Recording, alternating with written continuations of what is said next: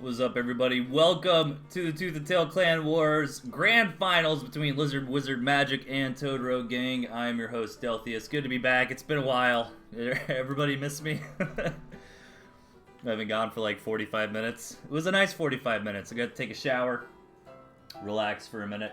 Man, I hope I can feel my voice giving out on me already, so I hope I can make it. It should be, what, 18 matches with my feast. It typically, like, 6 games is about an hour, so this could be up to like 3 hours of casting. I can do it. I'm down.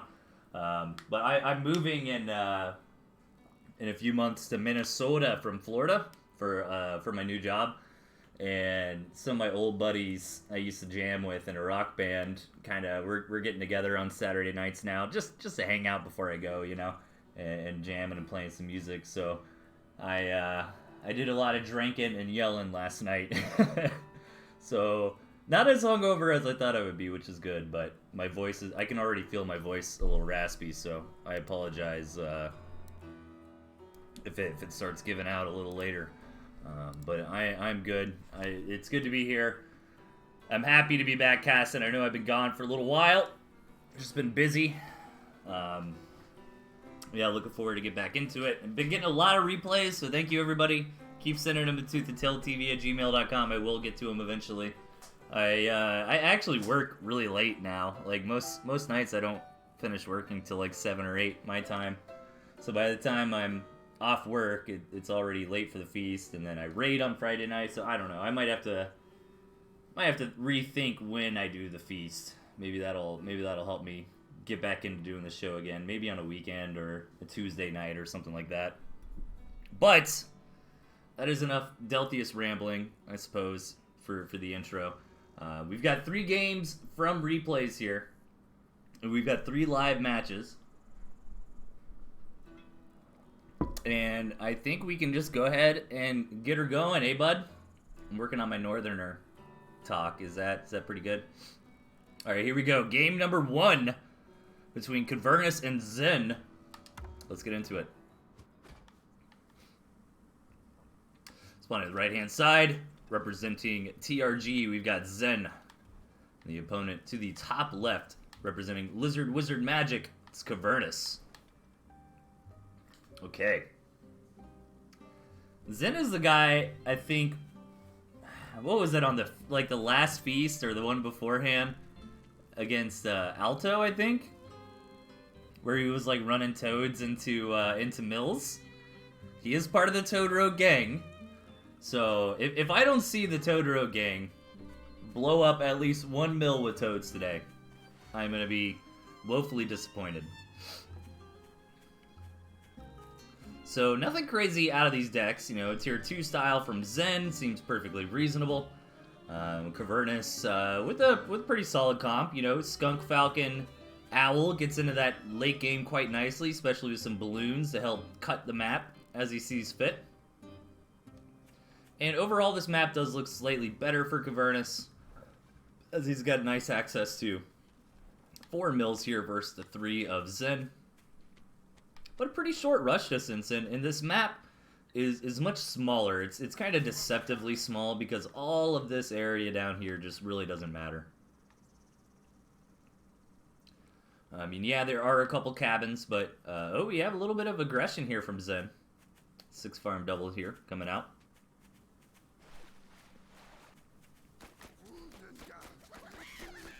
And gonna get some damage done, so nicely done here. I wonder if Cavernus didn't scout it. I actually didn't even notice the rush coming, as I was too busy assuming everybody was going for 8 farm doubles and just talking about the map. And Zen is actually gonna keep up the pressure here. Already getting 1 pig. Does have the numbers advantage at the moment. That is always really dangerous when you're on the wrong side of that, because it's very easy to snowball and start picking off Warrens like this. And Cavernus is actually going to come out here for the fight. Zen is like, okay, man, I'll take this any day of the week. Lizards and better numbers against squirrels out in the open will always win. And so far, so good for Zen here. Getting a pig, getting a Warren, taking a favorable trade. I mean, keep in mind that the 7th and 8th farms were delayed quite some time. Only now just building.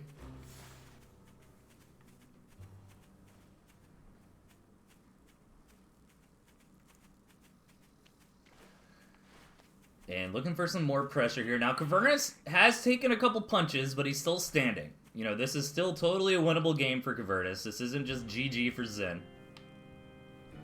Especially with the Squote, the Squirrel Toad.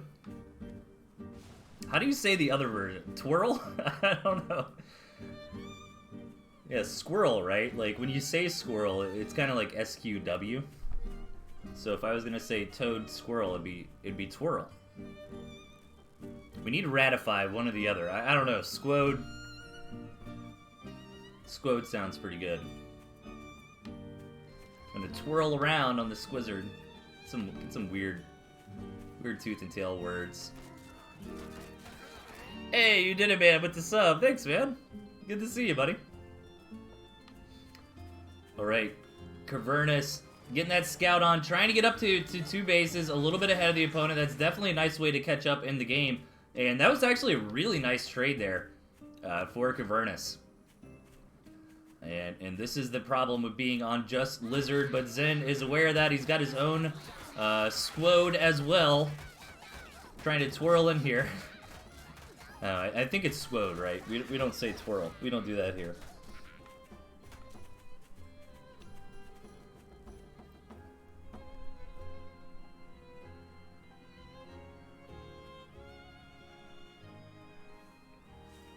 Alright, some nice bit of counter aggression there by Cavernus, getting back into this match. I love just kind of holding down the fort, you know, farming up, getting additional second base resources going. That's a great way to get into the game when you were previously behind in the early stage.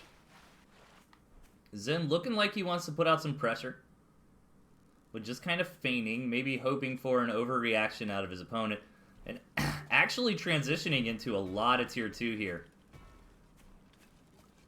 This is very risky. But let's see if it works out for him. I mean, Cavernus is not attacking right now. Cavernus is coming in for the scout. And does see the transition. Just slightly, though, but didn't get to see the full picture because Zen, again, just fakes the move out. This is actually really smart unit control here coming out from Zen.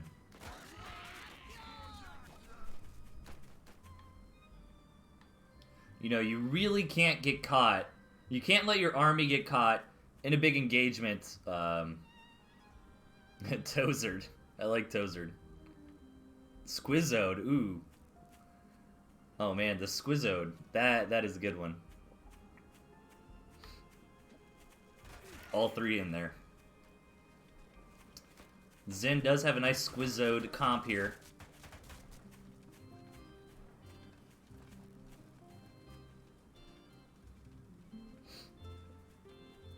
And, you know, the game's kind of stabilized, to be honest.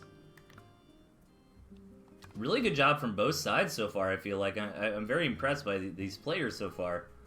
You know, Cavernus taking that much damage early on and being able to extend the game, to get ahead, to get even. Zen moving out with the Skunk Squizzode here. Just going to start getting that pre-gas down. You know, poking in on the pigs. Actually gonna kill a pig before Cavernus is able to engage. Cavernus coming in. Trying to get it done here. Only the 4 skunks remaining from Zen. The skunks start to fall. Cavernus is pushing this back and keeps most of the Tier 2 alive. This is just starting to look better and better for Cavernus in this match now. Zen actually has a farm advantage right now because that 7th and 8th farm were so delayed. That's actually not fallowed out just quite yet for Zen. I'd love to see Zen kind of back up, get these skunks healed. He did take that mill up top, though, so it's actually giving him a lot of territory at the moment. Yeah, trying to get these skunks in the water, but I don't think he has time anymore. That is a big superior number of toads from Cavernus, and look at that. Beautiful toad connections on all the Tier 2 units. Cavernus trying to push through. Still has 3 skunks. I think he could do it. He looked to be hesitating for a second. You always want to be really careful not to overextend in Tooth and Tail, as units reproduce very, very quickly.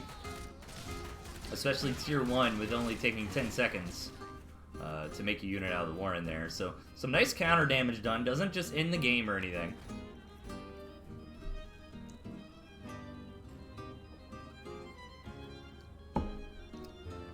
Tozard. Tozard's pretty good too. Oh, what did I miss? Oh, okay, just this mill up here. Alright, yeah, that was expected to die. I will warn you all right now, I may start getting delirious during this cast. This is gonna be a long cast. So get ready for crazy Delthius here. Now the big news in this match is that through all the hustle and bustle, Cavernus was able to keep that large skunk count up. Meanwhile, Zen is only down to 2. And honestly, that might be what wins the game here for Cavernus. Just the massive HP pool that those units are going to have, and in those kinds of numbers will be very difficult for Zen to actually tear through.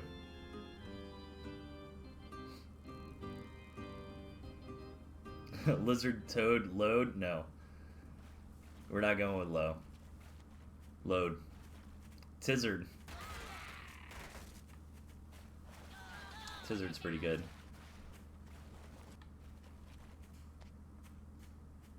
Squode sounds like some kind of like D&D monster, doesn't it? It sounds like a swamp toad zombie kind of thing. Like a giant toad that's been corrupted by an evil necromancer, a Squode. I think this might be the push for Cavernus here. Zen is down to crumbs, just trying to get out whatever he can. Does have 11 wizards. 11 lizards on the other side of the map, trying to be wizards and get a ton of work done. They actually did quite a bit of damage, and Zen does have them here coming back, trying to start cleaning this up, but again, just so much HP. On all these skunks combined. Dude, Zen fighting to the last breath. Gotta love to see it. But I think he's just gonna be forced to tap here shortly. And Cavernus is gonna take game number 1 here.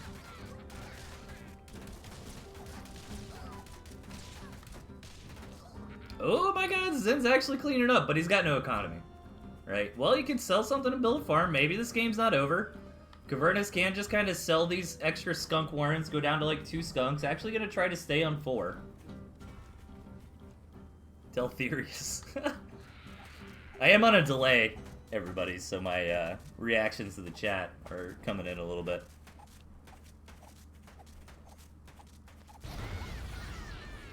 Is Zen actually doing this? Like, I think that decision to come ravage the main base with the lizards and then come back and kind of clean it up actually worked out. I mean, it's 1 to 2 farms. Zen's got 6 lizards and a dream.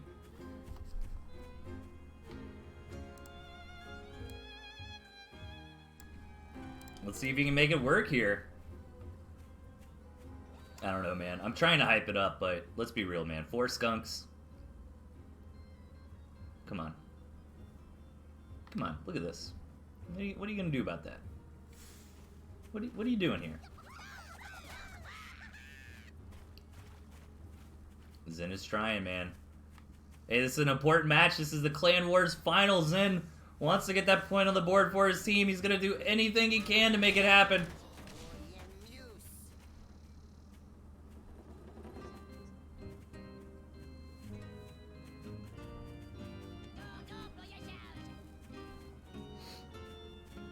I thought about putting on the Lizard Wizard skin for this match, but then I realized that TRG would have Lizard Wizards in situations like this, and that wouldn't really make sense. Look at Zen go, man. He is so good with his micro.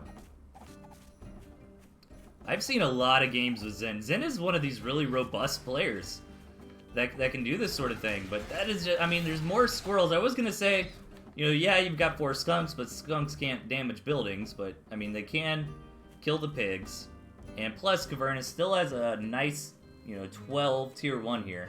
I'd love to see Cavernus try to take some of these cabins in the bottom, but he really doesn't have the numbers to be able to destroy those cabins without losing tier 1, unless he, I guess, moved the squirrels down there. This might be checkmate, though. Actually leaves skunks at home to prevent against this right here. Zen is on starvation. looking to try to get something done here. So the Toad Rogue Gang player was using lizards, and the Lizard Wizard Magic player was using toads. Did I get that right? This is not, what am I thinking? This is not canon with the lore. My Tooth and Tail competitive tournament lore is in shambles here, as Cavernus, Lizard Wizard Magic team, wins with toads. And Zen on the Toad team loses with lizards.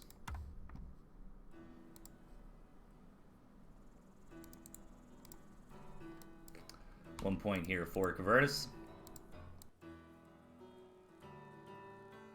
Alright.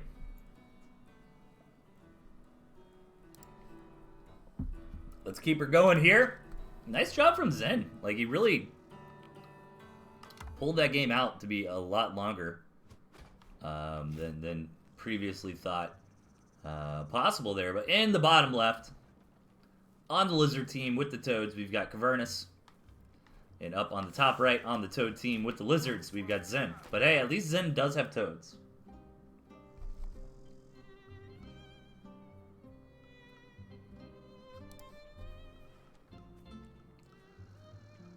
Alright.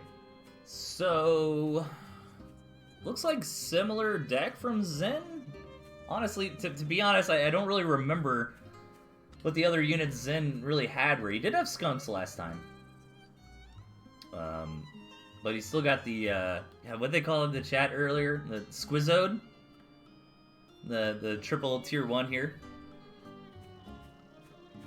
And 4-farm double out of Zen.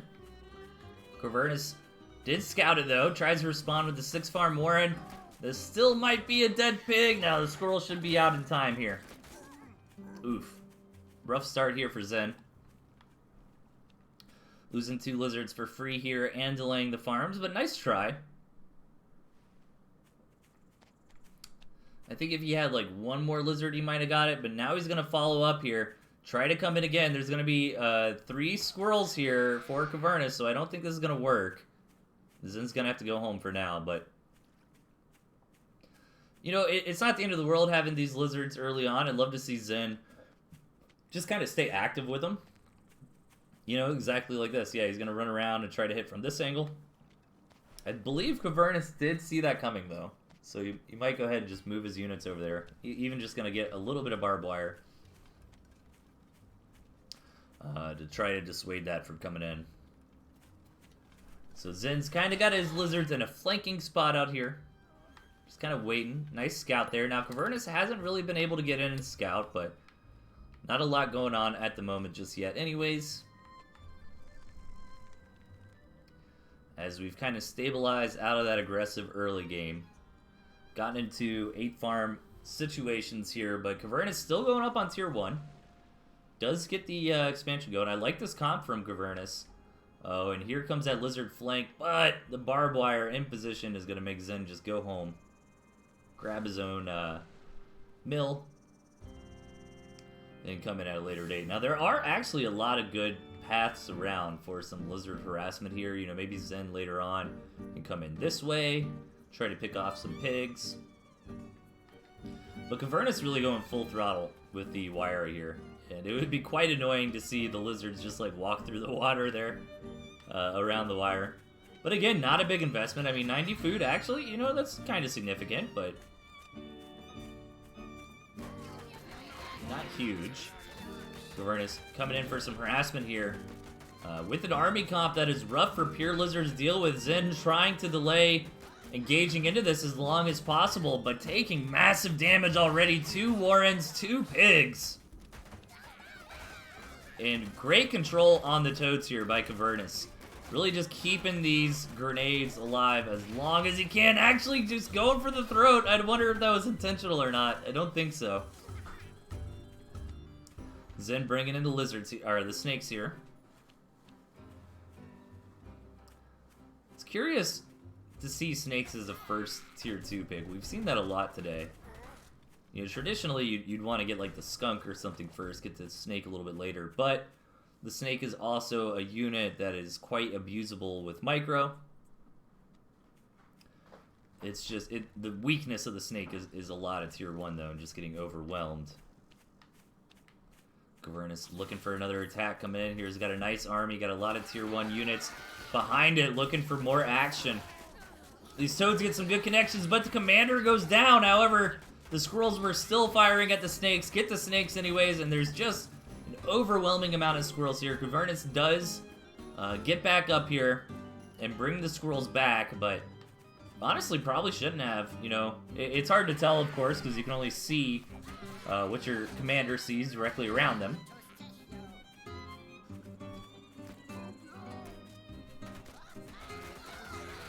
And this looks like the killing blow coming in here from Cavernous.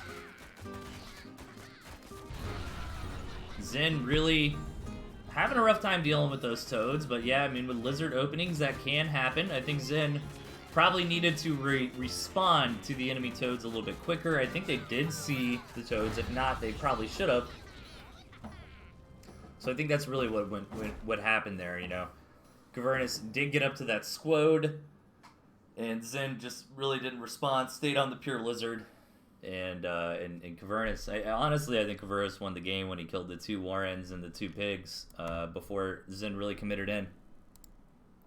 So, alright, so that's a nice quick point on the board here for Lizard Wizard Magic. Great job there by Cavernous.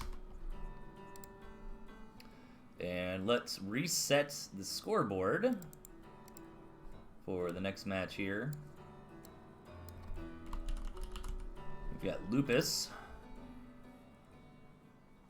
going up against Cactus, if I can find in my thing. Nice.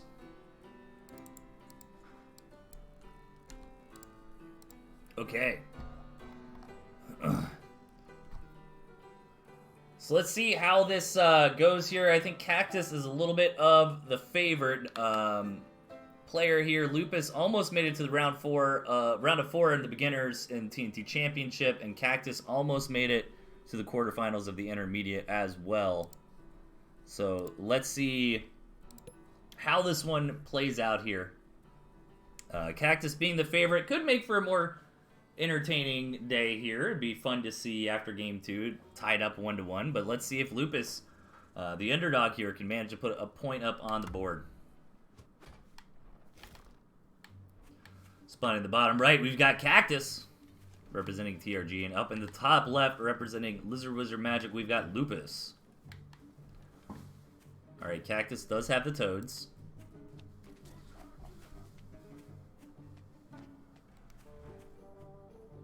Oh wait, I think I have these teams backwards. I knew I'd make a mistake like that. Hang on, let me make sure. Nope, I'm good. Okay.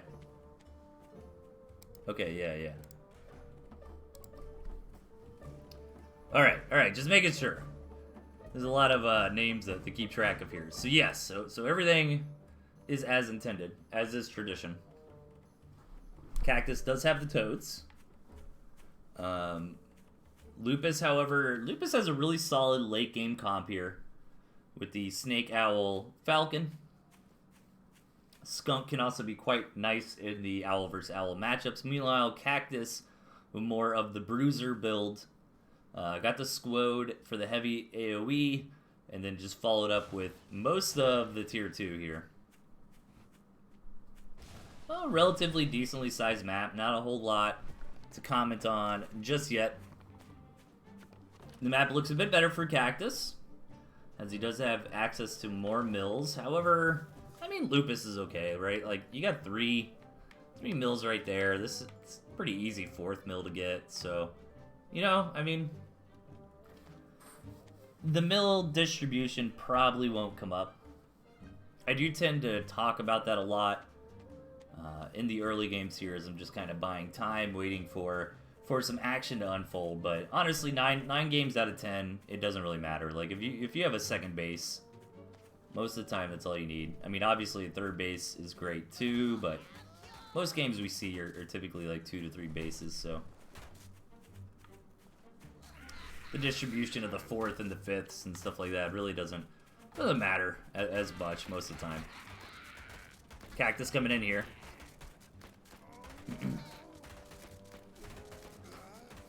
Getting some damage done.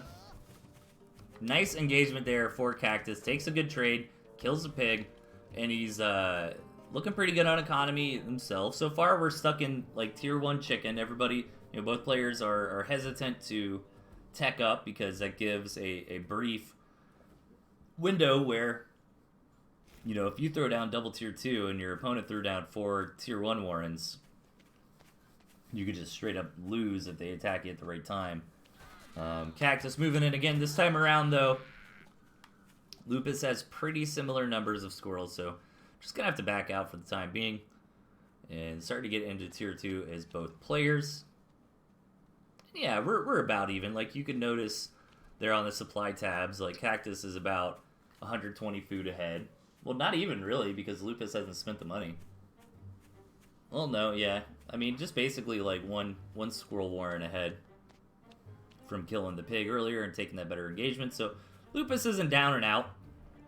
Getting up a quick third base or taking a really cost-effective trade or doing some kind of flank attack. You know, these are all avenues that can get Lupus back at parity here. But I'm curious what the plan is for Cactus. Like, Cactus kind of has the momentum in this game. He's kind of got the tempo. I feel like Lupus is just kind of hanging out. It's really on Cactus to make the move, right? Like, Lupus isn't really incentivized to attack at the moment. And if Cactus waits too long, then that difference, that like 120, 200 food lead that Cactus got earlier on won't matter anymore.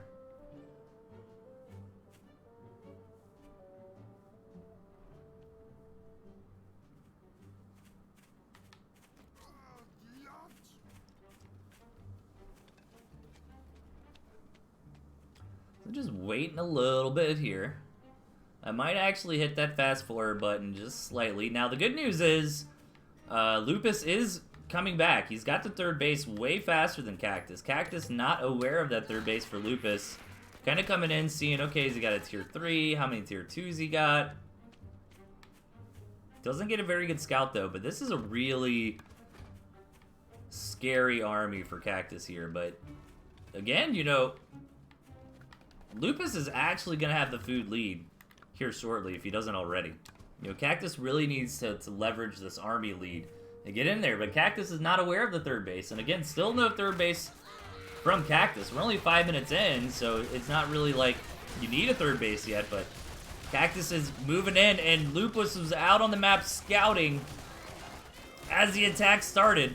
Was not able to micro any of his units. Cactus Commander dies in the skirmish here, but still gets the job done. Takes a really, really good trade. Knocks out a base.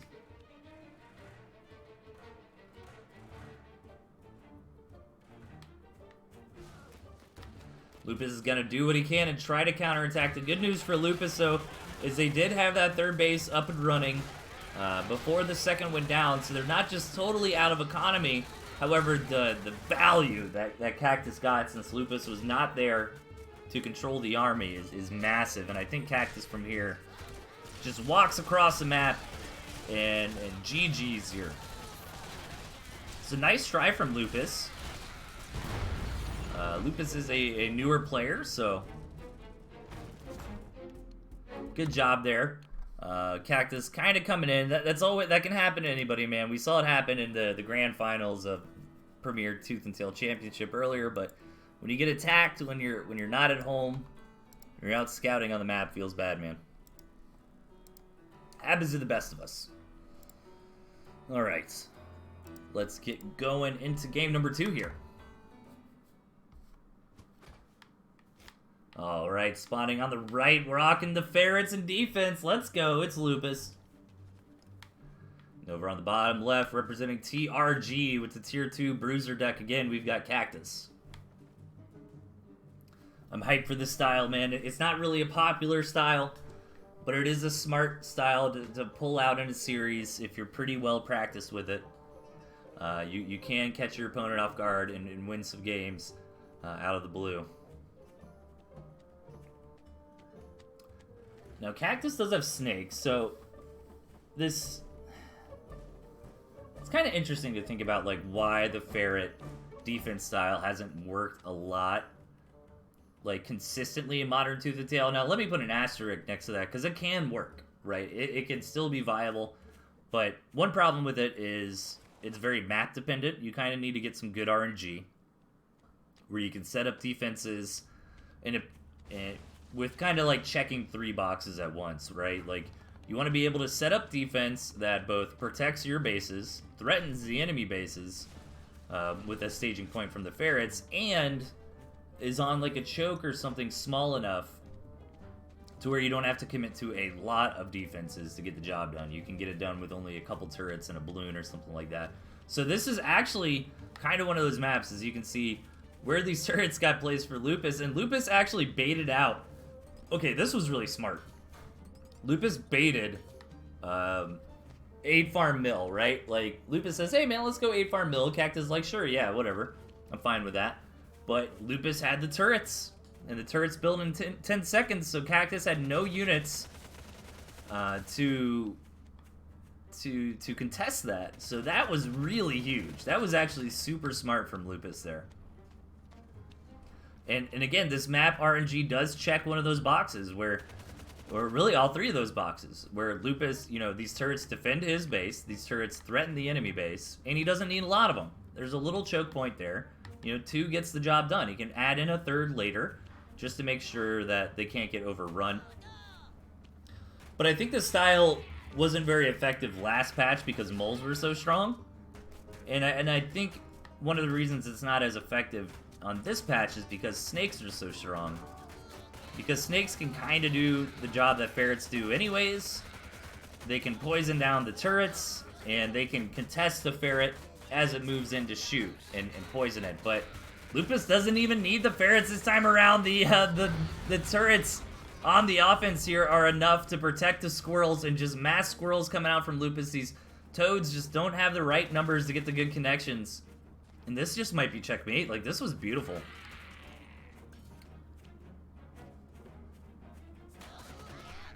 I can't overstate enough like how smart it was from Lupus. If I go back and watch this VOD and Cactus got the mill first, no, I'm pretty sure Lupus got the mill first, but to go 8 farm gristmill when you have turrets was so freaking smart, man.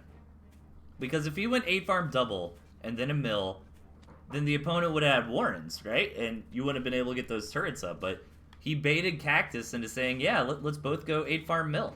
Like, that was super good. That was super smart.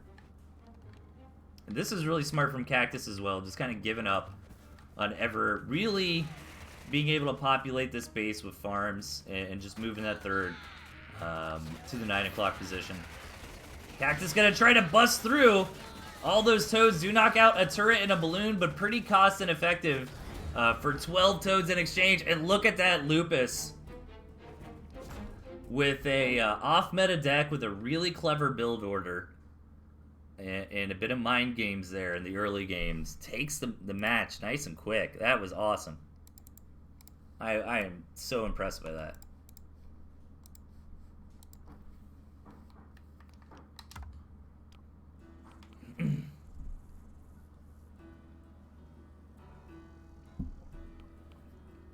All right, let's hop into game number 3 here between Lupus and Cactus.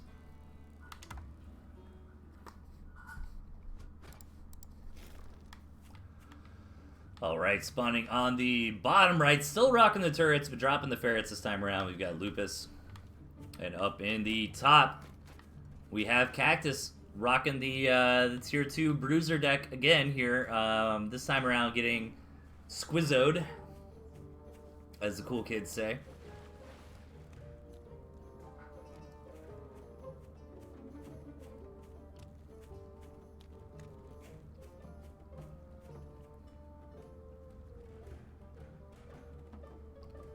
Alright, let's see how this one gets going here.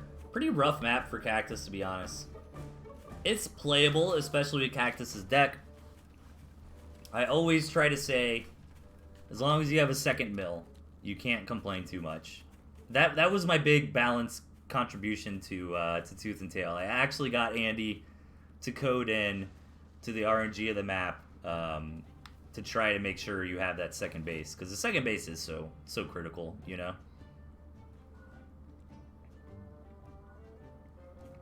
But Cactus does not really have a third. I mean, he could go for the 9 o'clock. I also was the one who recommended that toads move fast in water, so maybe you can thank me for that one too. But it was way after the fact. Like, I was joking around with Andy about that like years ago. It's like, come on, man, toads in water, they should swim fast. And that actually only got patched in very recently. So I don't know if I can take credit for that one. Alright. Pretty mild early game so far. Cactus gonna look for something here with the lizards. Not the best map in the world for lizard pressure. Gonna try to come in and get the pig. He does get it. Loses a lot of lizards for it, though. That's typically worth it as long as Lupus doesn't just straight up counterattack. Then trading out the lizards like that, even cost ineffectively for a pig, is worth it because you slow down the economy. And this is really smart from Lupus. I do try to tell players this quite often. You know, when a pig dies, like, don't even bother rebuilding that farm. You might as well get a nice fresh farm if you have the opportunity.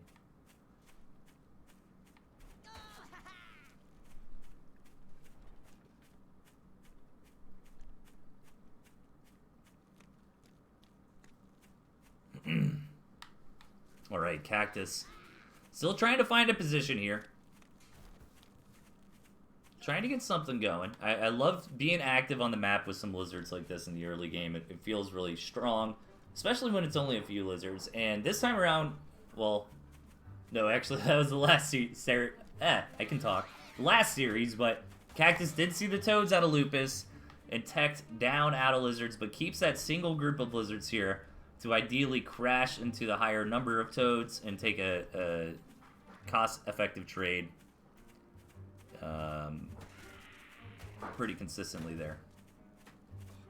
So Cactus getting that chameleon going. Meanwhile, Lupus a little bit ahead of the curve on second base farms. Pretty even game at this point, though.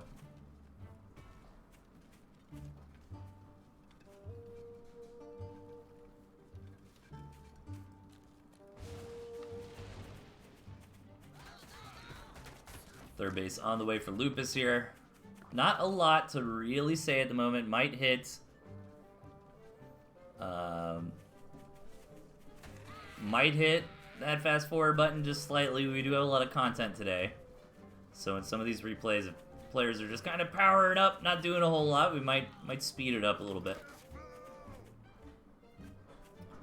Just straight up squad from Lupus. Meanwhile, Cactus is trying to get into those powerful tier 2 units.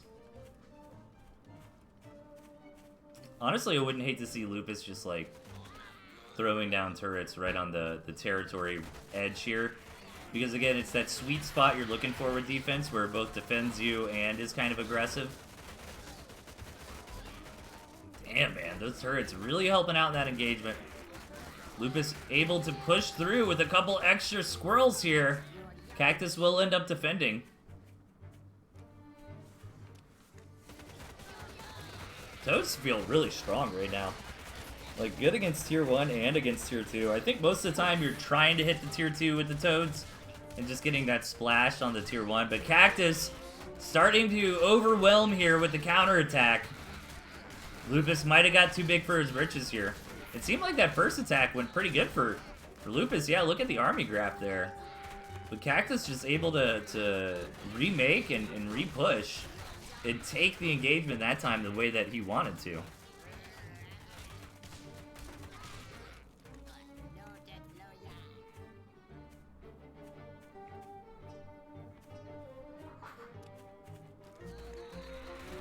Alright, Cactus regrouping, gonna try to come in again. Lupus has a lot of tier 1 though, and in these scrappy situations, this is where just having a large quantity of tier 1 Warrens like this is really, really strong. Just the pace in which you can recreate units is so fast. And Tooth and Tail quite often is a game about seconds. You know, every second matters. Rush distance matters. Reinforcement distance matters. So all these little variables, when you're just getting units a little bit faster, can be a big deal. But Cactus, with some of these powerful tier 2 here, with the skunks, with the cams, oh man, 1 HP on that skunk. Now, Lupus does have a highly superior economy. But what's unfortunate for Cactus is it's his second base that's kind of on the front lines, where it's Lupus's third. Good target fire there from Lupus, ensuring that those powerful tier 2 units do fall. And with this turret here, Cactus can't push into this any farther. He's going to continue. Is this going to be a tap out from Cactus? It looks like it might be. Doesn't have anything else, and Lupus, the underdog, puts Lizard Wizard's magic up 2-0 so far today.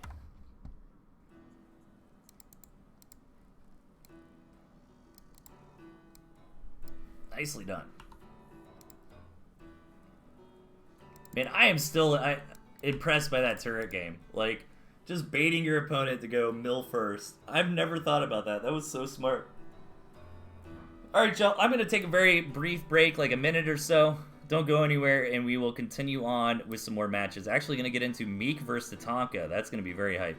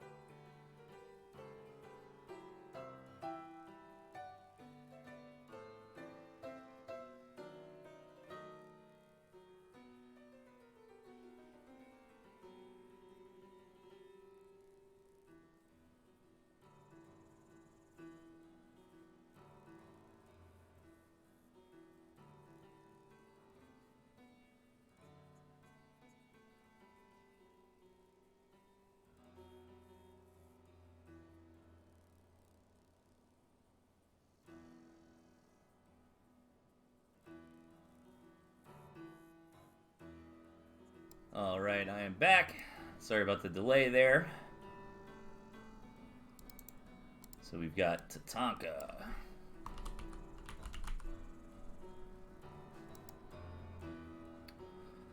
versus Meek coming up next. Let's set up a scoreboard. I had this like program scoreboard assistant, but it just like stopped working after a while. It was really good though.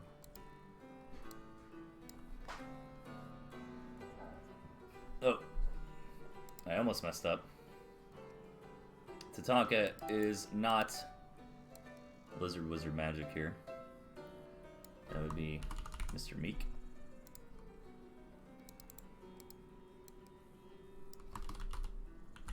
Okay.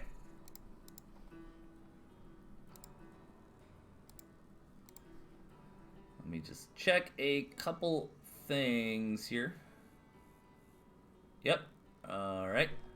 So Meek, of course, your Grand Finals champion for the TNT Championship 2021 season. And Tatanka was ranked 1 on the ladder very, very recently. And he's only been playing for a few months. He's already really high of KML. And champion of intermediate as well.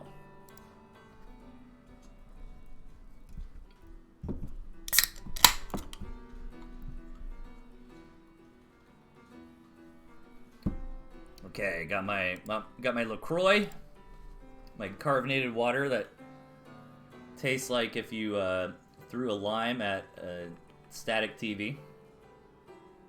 And we're ready to roll. Let's get into this. Game number 3. TRG really needs to bring it back here. This is a championship match here. Spawning on the left-hand side, we've got Tatanka. The opponent to the top right, Meek. Both these players champions of their respective divisions here. Tatanka with the Boar Snake. Actually, the deck that we saw Meek use a lot in the Premier Finals earlier today. Meanwhile, Meek with that triple tier 3 that I think he popularized. And a fun way to get the Wolf Fox going, because you know, the Wolf Fox weakness is that late game with the Owls, but you know, we haven't really seen a lot of those Owl late games today. I think we just had one match with those where it was really more decided by the Falcons there.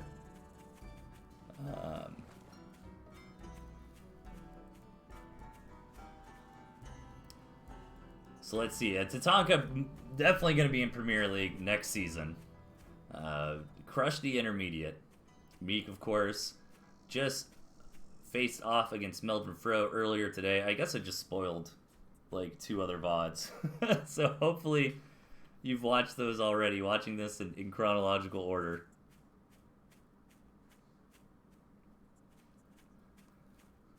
So not a whole lot going on just yet in the early game. I think Meek snuck out a little bit of a fast Warren, but nothing super crazy.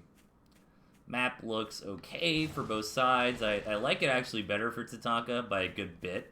Because, yeah, they both had this, like, what I call a castle. Where you got 4 mills just, like, right like this. But, Meek's 4 mills, 2 of them are down here. And that can be a little bit hard to deal with. Meanwhile, Tatanka's got everything up on the high ground here.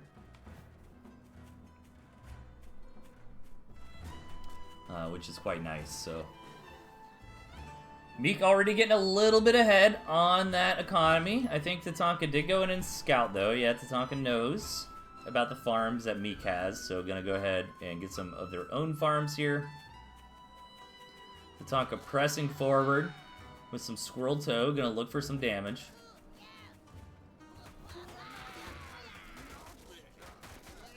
And Toads, one of them connects.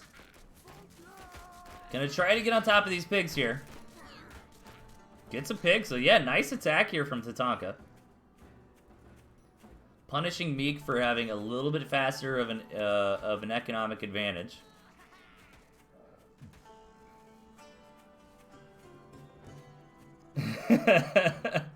Oh no, everyone in chat's dunking on LaCroix. You know, I like it. I like the carbonation of it. I try not to drink soda because I'm an old man and I have to start thinking about things like that. But I really like carbonation, so LaCroix is just good for me. And I kind of like bitter stuff anyways, like pickles and things like that.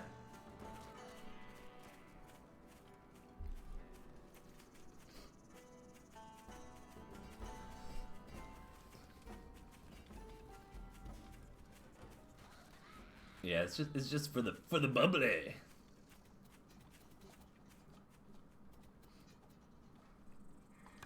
Alright, so Tatanka did get that good engagement earlier on.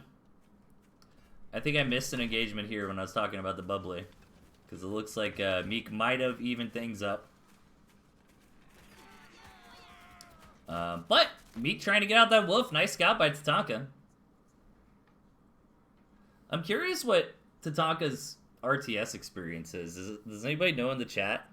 Like, I feel like Tatanka and Tandor both came in around the same time. Tandor's a great streamer, and Tatanka's a great competitor. I'm curious if Tatanka was like a big StarCraft guy or anything like that. AoE 2 or something. Wolf Owl from Meek.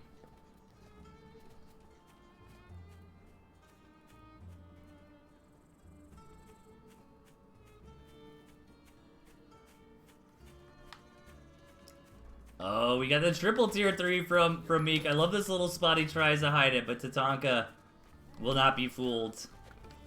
You're not gonna bring the wool over his eyes here. So how are you gonna respond? This triple tier 3. Lots of falcons. Some snakes coming in. Look at this barbed wire for Meek too. Just kind of saying, alright, this is a 2-base game for me, which is pretty smart. I mean, maybe Meek could go try to sneak at like 4 o'clock base and just hope Tatanka never goes over there, but Tatanka's gonna push in. Oh man, even if he loses the army, at this point the damage is done. The snake stacks are on the mill. It will go down for sure.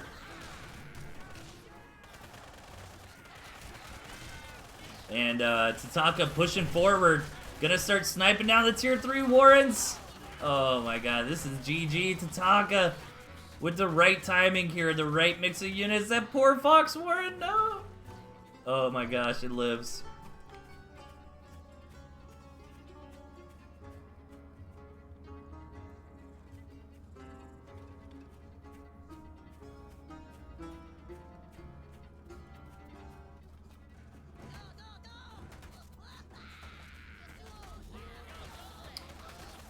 Alright, Tandor Draco.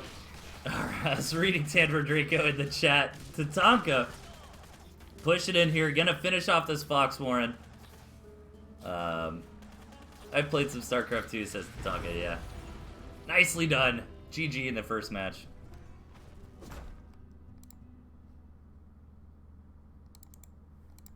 Tandor Draco trying to convince me to switch over to kombucha. I know about kombucha. I have a couple hippie friends that are into it. Now, isn't kombucha, has a lot of like probiotics and stuff? I think it's one of those things, if you drink it, you have to drink it on a consistent basis, because doesn't it like mess with your stomach biome and that sort of thing? It's also kind of expensive for my blood compared to LaCroix. But I hear you can make your own kombucha. Kombucha's like a yogurt drink. Well, I mean, that's not right. It's like yogurt in the sense that it's got a lot of, like, living little microorganisms and stuff in there, right?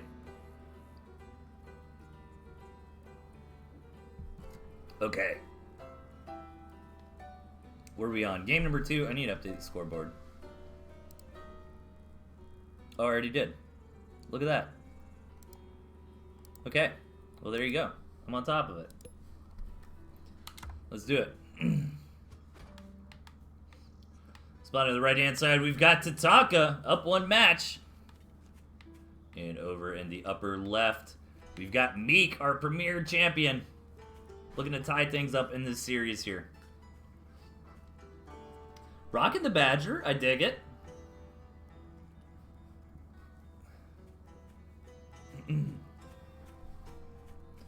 So, let's see if Meek can make it happen. I don't think he's going to be able to pull off that like 1-base Melvin-y move with the batter, which is always fun to see. I was looking at the map, like wondering if he could put the Badger Warren right there. And, but it doesn't look like he can. I was thinking like, oh, I wonder if there's a path like over here or something. Nope. So it's actually a pretty small map. It's deceptively large. I mean, this is basically the map right here. This is basically it. I mean, Tatanka's got another base down here. Again, this is Tatanka favored, as you'd much rather have your 3 bases in this sort of position. You know, Meek's fine with his natural, but this 3rd base is really rough, being so close to the front lines, where this 3rd base is quite far away.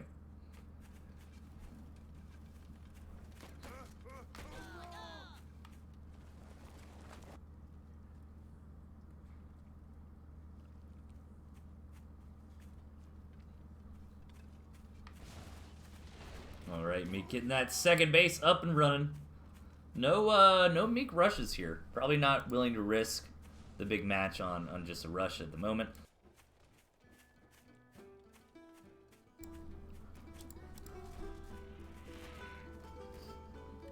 So let's see how this game evolves.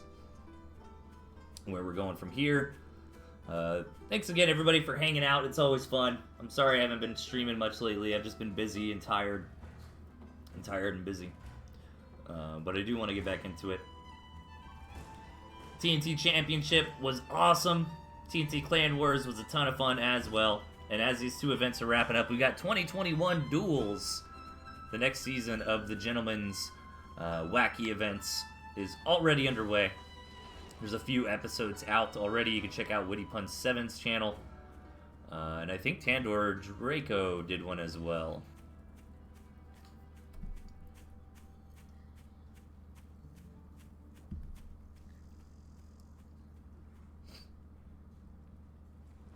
Okay. Just kind of waiting here. Both players deciding to macro up. Might hit that fast forward just slightly here, because we do have a lot of ground to cover.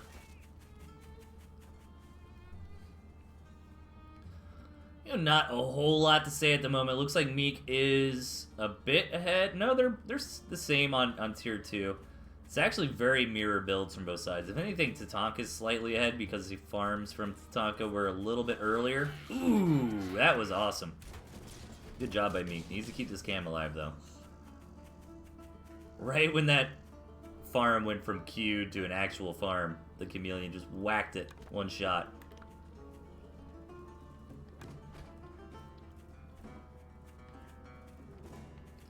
So that kind of little value definitely matters. Meek needs to stay in parity here on the farm count. Both players quite greedy this game, really building up to a lot of tier 2. Really getting the second base farms up and running, cutting out all the tier 1.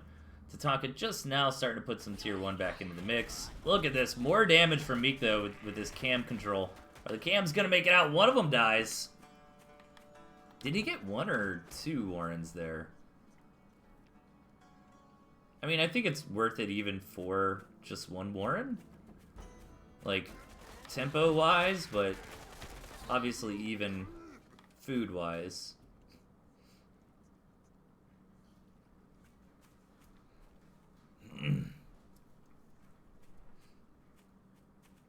Ooh, Meek actually... Tatanka saw the tier 3 for Meek. Meek sold it, but Tatanka with the follow-up scout. Tatanka very on top of scouting, and honestly, that's really what this game is. This game is just like a big if-else line of code that you're making the decisions based on scouting. And having the experience to know how to write that if-else statement.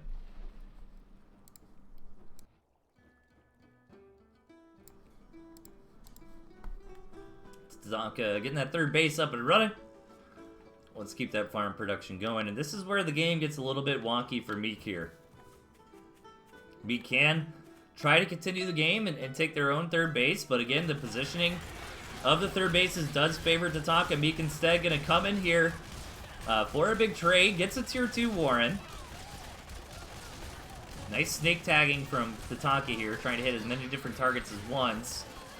And Tatanka running over that army, keeping a lot of the tier 2 alive of his own.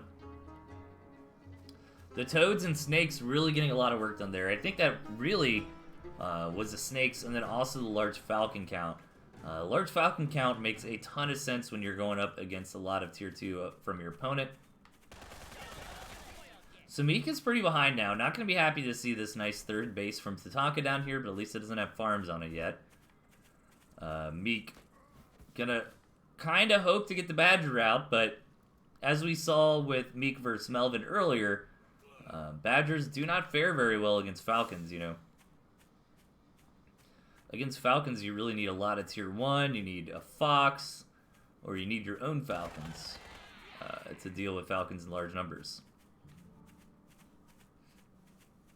I wonder if it'd be smart to, like, de-stealth your cam in the middle of a ton of toads, like 12 toads or something, and just let it build up. This is a lot of tier 1 from Meek. And Tatanka really doesn't have a lot to deal with that. Does have a pair of skunks, which is nice. Meek trying to delay the attack as long as possible, but Tatanka just starting to run over all the Warrens going down, moving in here for the killing blow, and Meek is gonna have to tap out. Tatanka, intermediate champion, beating the premier champion here.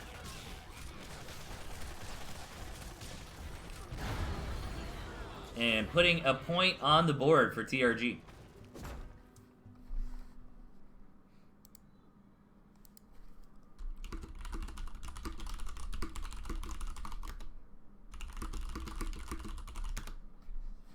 right.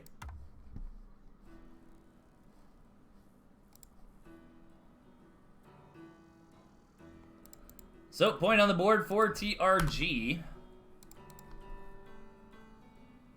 And I need to get the players round up here for the live matches that we have today. The next match, if everything goes according to plan, should be Tandor Draco versus Dash.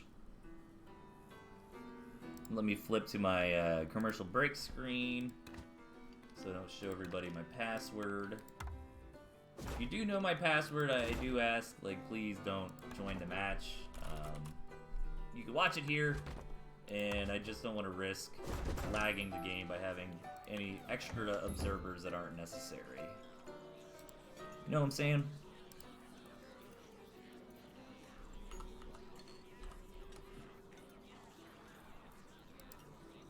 Alright, so who we got? Tandor Draco. Representing Lizard Wizard Magic.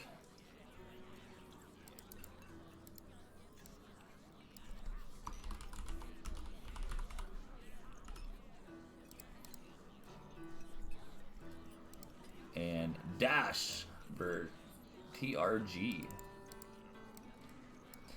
Now, both these teams were very close in the kind of round-robin open season. By the way, TRG was ranked 1, but Lizard Wizard Magic was behind by a single point in the season.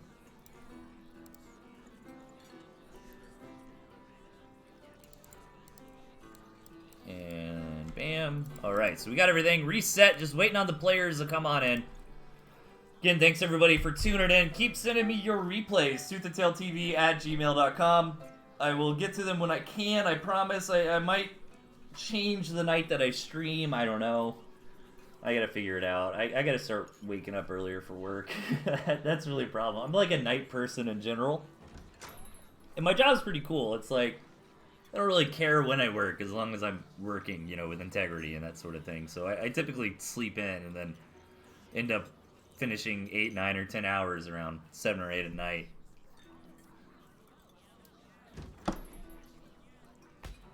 Okay, here we go.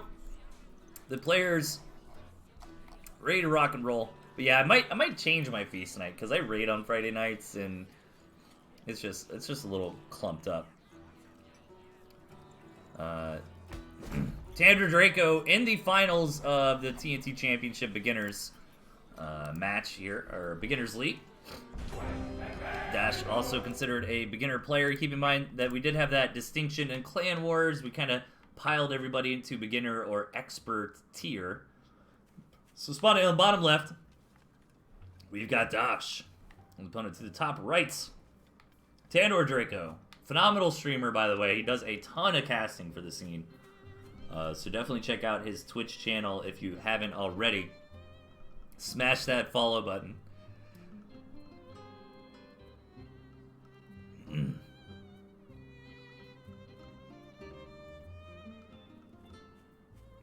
Oh yeah, I see confusion in the chat with Mocha. Yeah, my scoreboard is a little bit misleading. I tried to say misleading and mischievous at the same time and got mischieving. Best of 3s for the matches, but the actual Clan Wars set is a best of 6. Well, best of 7 if there's a tiebreaker. It's 6 matches, and if we end up 3-3, we're gonna have a tiebreaker best of 1, I think. Okay, so Dash maybe stealing a powerful deck that he's been watching today on the stream here. The Toad Boar Bustin'. The Bustin' deck. Can we ratify that? Is the Toad Boar the Bustin' deck? I think so. I think we're gonna ratify that. We need it into official TNT lingo. The Bustin' Justin is what we'll call it. No, if only somebody named Justin popularized it.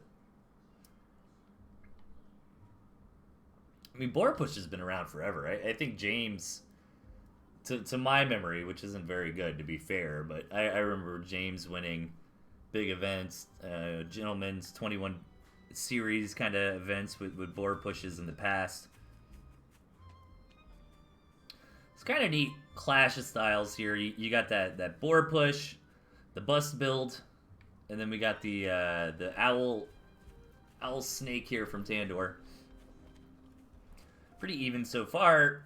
Relatively big map. I mean, I guess not huge, but mid-range. So neither player really, gonna get aggressive just quite yet. The map is much better for Tandor than it is for Dash here. And these are live games. We are out of the replay sector of the event here. So if you are on the docket to play live today, be on your toes. And be ready to roll, ready in position. Reporting for duty. So yeah, this is a bit of a rough spawn for Dash, but he does have the 9 o'clock base. Which is good. So at least 3 bases, but really doesn't want this to go long. Which kind of makes, you know what, like... It's kind of funny that the mill distribution here is almost reflective of the decks the players are using, right? Because Dash is busting. He's a bustin' Justin this game. He's gonna try to smash in with that big toad boar push that we've seen a lot today. Meanwhile, Tandor Draco, he's the honorable nerd here. He's the macro player. He wants to get into that supreme late game with the Snake Owl in a huge economy and just starting to mass up on owls and balloons and that sort of thing.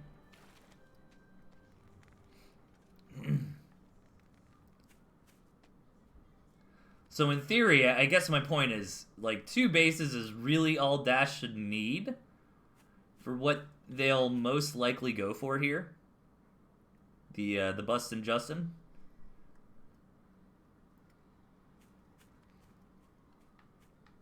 And look at this, Owl. Production already starting. Dash probably not mad about that, The board does counter the owl quite nicely, especially in these kinds of numbers, but that's what the snake is for.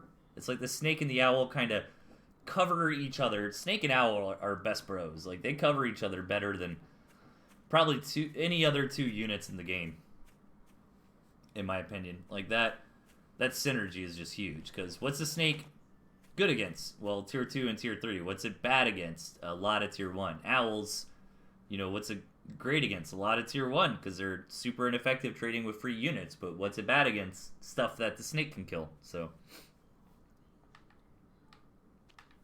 alright, Dash looking to get a little bit aggressive here before the board is out. Gonna come in, slam with the toes, but Tandor Draco has the toes of their own, and this is actually going much better for Tandor at the moment. It looks like getting some good snake tags on the tier 2, but yeah, Tandor, actually no, I guess Dash, according to the graphs, did pretty well, but maybe it was fairly even.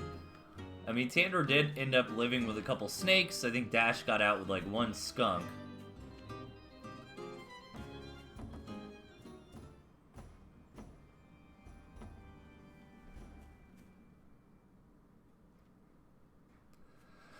And now we've got the tier 3 here.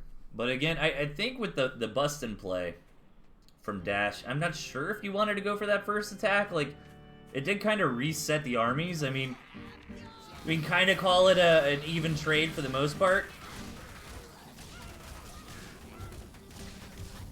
Really good pullback from Tandor there. Just gets the snake stacks on the board.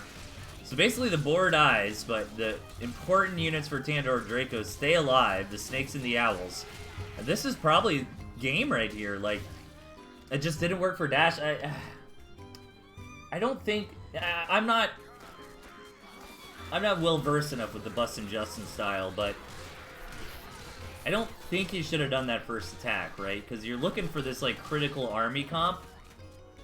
So he kind of, like, traded up a lot that he was building up to. And then on the second attack, the double owl was just too much. That's my theory.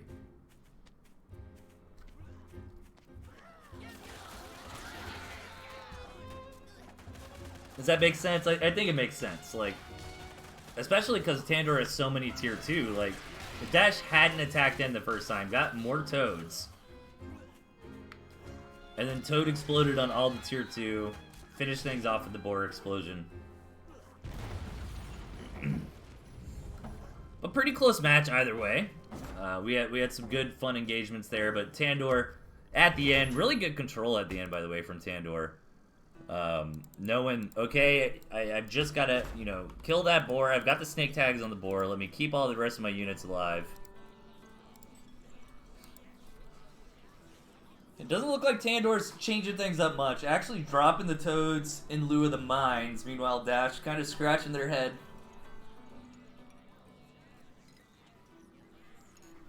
Figuring out what they want for this match.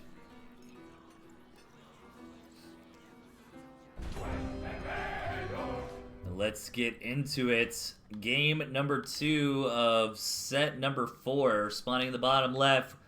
Representing Lizard Wizard Magic up 1 map. We've got Tandor Draco.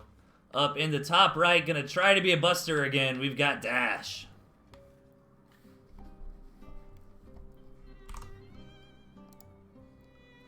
Okay, scoreboard looks good.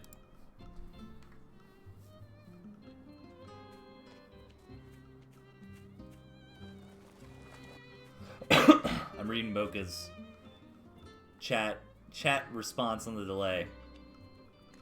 I think he agrees that Dash shouldn't have moved out earlier. Alright, this is a map, isn't it? Look at this thing. Great casting, Delthius. Thank you.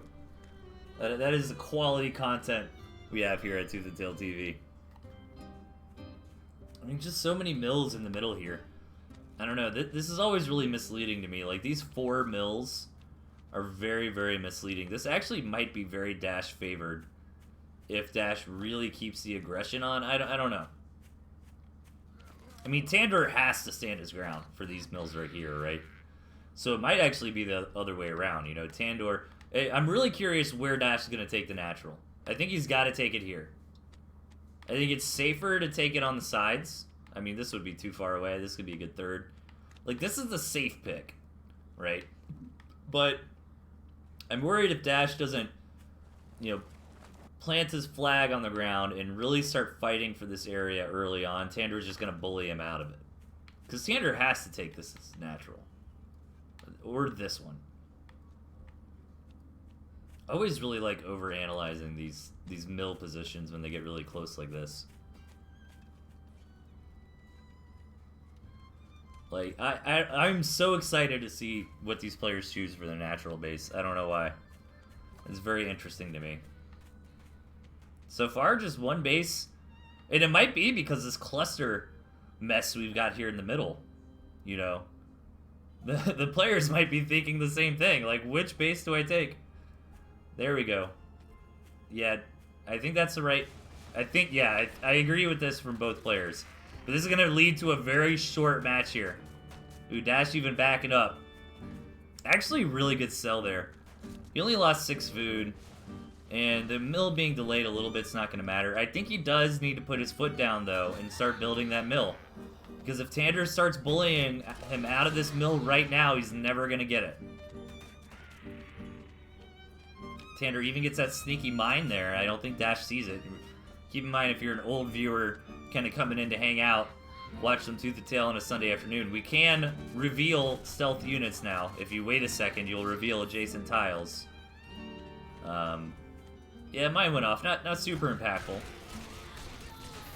Ooh, good toad hit on that skunk, but the skunk doesn't die.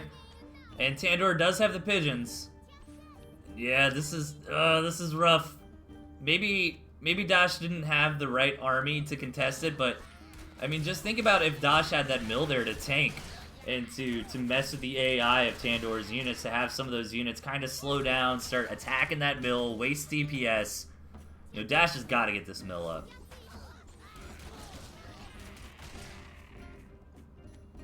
Okay, Dash starting to bring it back a little bit. I mean, we're only 4 minutes in. He's got to start this mill, doesn't he? Am I crazy? He's just gonna go for the safe one. Okay, that's fine. I don't hate it. I think it makes sense. I think Dash just doesn't want, like, he needs to actually get some farms going, right? And And this is kind of the battlefield right now. I mean, it'd be nice if Tandor can get them, Dash can get the momentum to bring the battlefield to Tandor's base, but look at this army from Tandor. It's absolutely getting huge. It's squirrel, pigeon, skunk. I love it. Really basic, really bread and butter.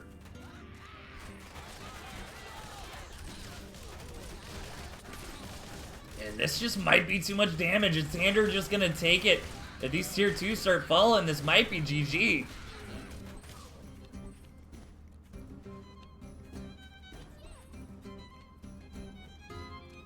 And that would put TRG in a very rough spot. They can still come back and win. Keep in mind, we will play all the games in the series, no matter what. Just for the fun of it and the finalizing of the points. I did mess up on that on my first cast of Clan Wars. And Dash is going to have to tap, so really smart, aggressive play from Tandor. Keeping the pressure on. Dash is going to fight till the last breath, going to try to get something done, but even if Dash clears this army, the damage has already been dealt. Dash is just too far behind on economy. And honestly, I think the problem this game was Dash just got a little bit too fancy with the tier 2 here. Like, probably didn't really need the snakes or falcons. I think players tend to get into snakes too often because they are just such really strong units in most cases, but the case that they are not really strong in is against Mass Tier 1, and that's what Tandor was bringing to the table.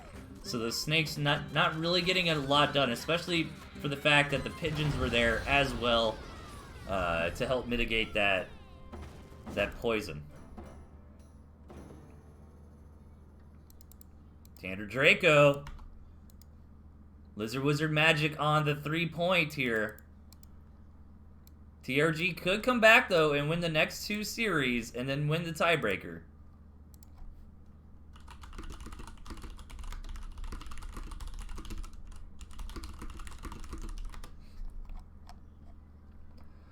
So we're going to go into Kipo versus Winner next. Ooh. This seems like a favorite match for Kipo. We'll see, though. Kipo's a very strong player here.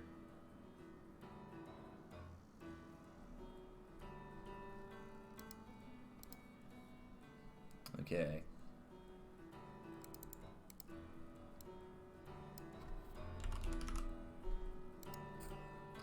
Let me get the scoreboard all set up. Let's see. I'd love to see Winterload win this and keep the hype going. We're going to finish up all the games regardless, but it's more exciting when TRG can actually win it. Alright, Kipo's ready to roll. Grabbing that Bellified.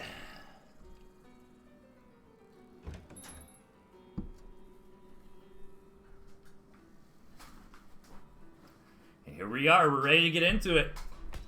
Really good tip of the hat to all the players today in the Clan Wars. Really being on point to keep this thing moving at an accelerated pace. Love to see it.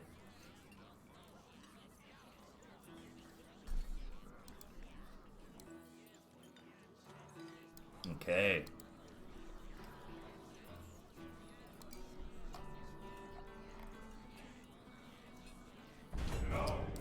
So this is a team captain match here.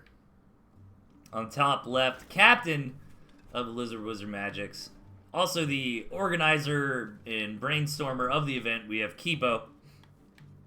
In the bottom right hand side, captain of TRG, we've got Winterload. And I think Winterload was also an organizer for this event. I think so. Maybe I'm wrong.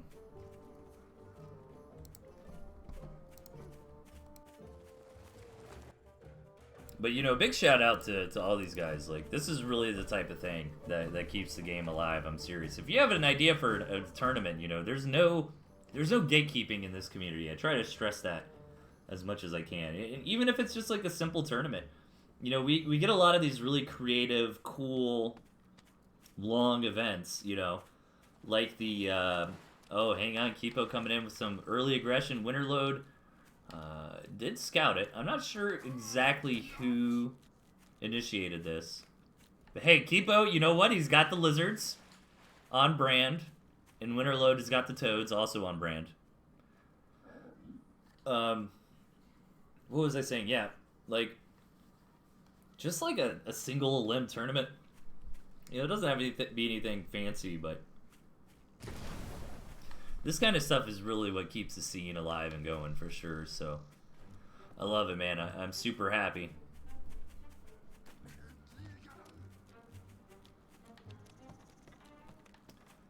I think what's really great to me, I mean, for a long time, I mean, there's always been other casters, but I've done a lot of it for a long time, and, you know, I've been kind of absent from the scene lately, but it's like it doesn't even matter. Games are still getting cast. There's so many other streamers. It's awesome.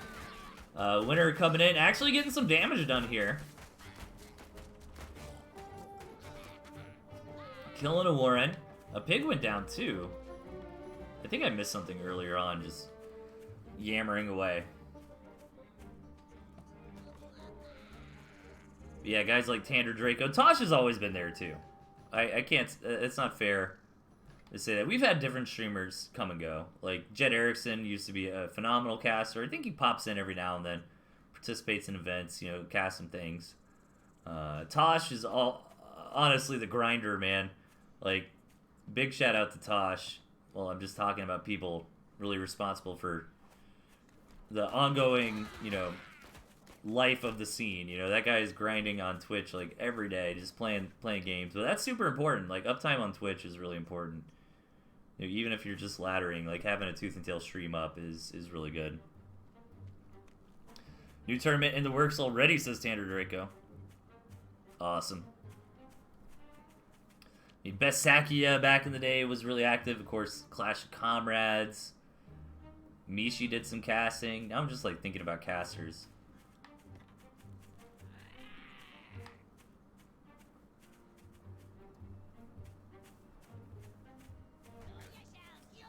Alright, Winter coming in again.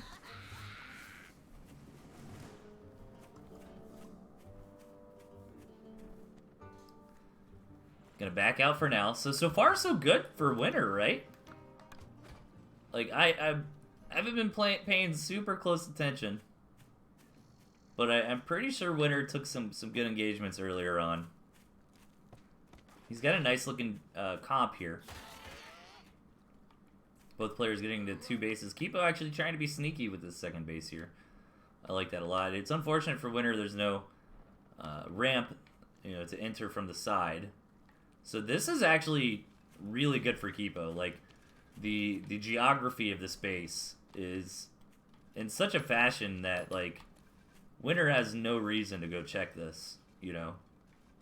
It's not something you can kind of just check while he's, like, passing by.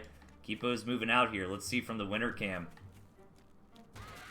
how this is going to work. He's got some toads. I don't know if they're going to get in and make the connections he needs. The skunks. A lot of really inefficient pathing here for Winter. You know, some of the army kind of engaged, and then the other side of the army engaged. And Kipo keeping a snake and a skunk alive. Ooh, the skunk actually does live, which is nice.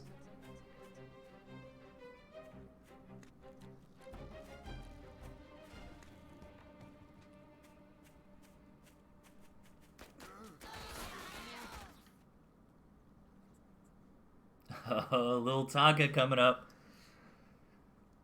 That's awesome. Excuse me.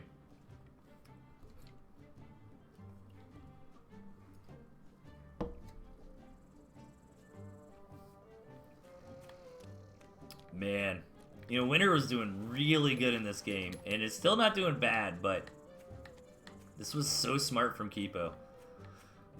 Like, to be fair, though, when was the last time Winter actually came and scouted? I guess not too long ago, because he did scout the Owl Warren. So he's getting that boar up. He's got the Bustin' Justin deck here. Winter really needs to scout this hidden base, though. Ooh. Yeah, like I said, man, he's got no reason to check it. Maybe he checks it out now, right? Because he's like, you gotta have a second base somewhere. There it is. Okay, so Winter finds it. That makes sense. Because Winter just, you know, doing some quick math. Like, there's no way you have that much stuff on one base.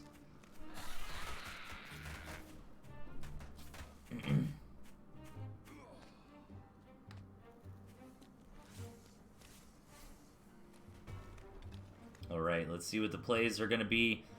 Kipo getting into that, the supreme late game. This is like the Tooth and Tail version of Mass Carriers in Brood War. Is Mass Owl with some Snake and Skunk to back it up, and a lot of Falcons too. I think that's basically like the best late game comp nowadays.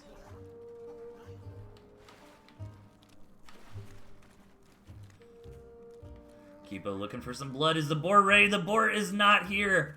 Did Kipo scout the boar? I don't think he did. But he's coming in right before the boar has finished. The boar will be able to join the fray, though. No toads here for the Bustin' Justin. This is just a Bustin' boar here. Trying to get this boar on the tier 2 units. Oh my god, if this boar stays alive, but with 4 stacks of poison, I don't think so. And there it goes. Oh man, if that boar stayed alive, Winter would have been in such a good spot, but Winter does have the 180 bucks to rebuild that boar.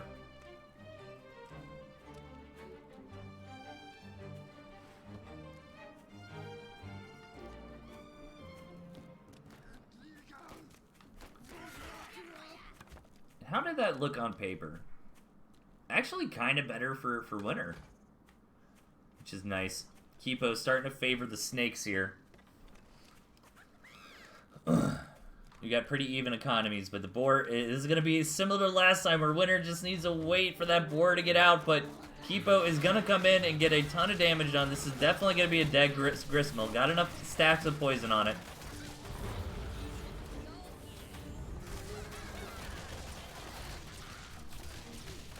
And Kipo's starting to press in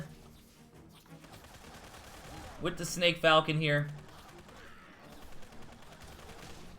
And the boar was just a minute too late, man. Well, not even a minute, like 5 seconds, really. A minute too late in Tooth and Tail is like a long time.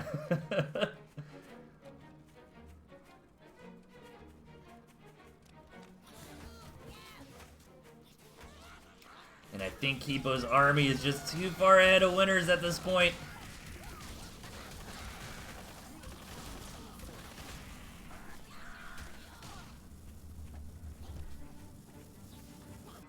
That's another dead boar. Is Winter gonna tap there? Does a little dig dance. Knows the writing's on the wall. Gonna stay in for as long as he can, though. And that will be game number 1. Going to Kipo. Kipo and the Lizard Wizard Magics. I don't know how to say that in plural. That sounds like a really sick prog rock band, doesn't it? Kipo and the Lizard Wizard Magic.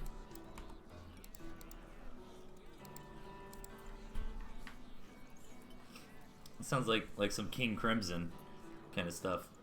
Kipo on match point, man. He needs one more map, and he secures the victory for LWM. Alright, spawning on the bottom left.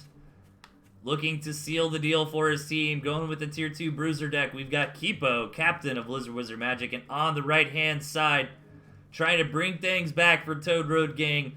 Get us to a match number 7 here. We've got Winter Load, the captain of TRG, with a tier 1 crazy deck. I'm not sure what Winter's doing here. I can't wait to see it. It seems like kind of a Hail Mary deck here. Debating on the 4-farm double, is going to go for it. I mean, is the idea to build up a lot of, like, Squirrel Toad, maybe 4 cams, and just YOLO push with some moles to reinforce? And, like, if that doesn't work, you got Badger Pigeon. Is that the idea?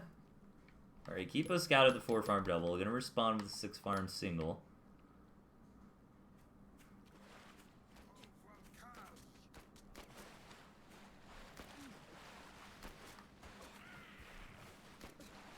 These squirrels are so slow, but they actually might get a pig. No, one squirrel's coming. Ah, it's gonna be close. Damn, Winter gonna die. Oof. Losing the commander there feels bad, man. I think he would have got a squirrel if his commander lived. Or, I'm sorry, a farm. Trying to get some eco going, though. Selling off one of the warrens, building a farm, rebuilding that warren. Classic. Classic tactic. King Gizzard and Lizard Wizard. Isn't that already a prog rock band? Yeah, that's what it's reminding me of. Yeah, thank you in the chat. I don't know why I didn't think of that.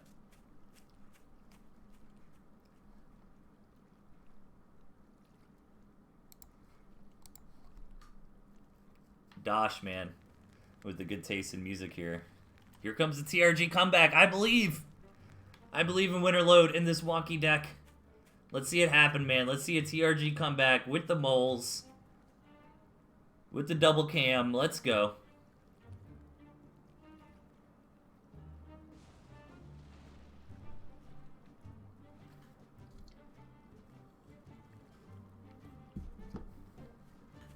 Oh, Kipo being sneaky. Sneaky boys. Look at them, just plotting, just looming menacingly. Alright, here they come. Ooh, Kipo losing his commander! Oh, don't lose that. Don't lose that, Warren! Come on, Winter! Nice! Alright, that was really good for Winter. Whoa, that was weird from the music. Anybody else hear that? It was like a little double bass roll. Alright, alright. This gives Winter, you know, that was really good for Winter. He traded 2 toads for 6 lizards. That's something, but Kipo is getting ahead on economy. And these cutesy, kinda all-laney plays, you know, they have a very small window to actually work in this game. It's very fast to get behind on economy. And then it just doesn't really matter if you have this like really cool comp and strike if the opponent just has enough to deal with it. Kipo moving in again. Trying to get something done with these lizards, but good defense from Winter here. He's got the squad in position to block.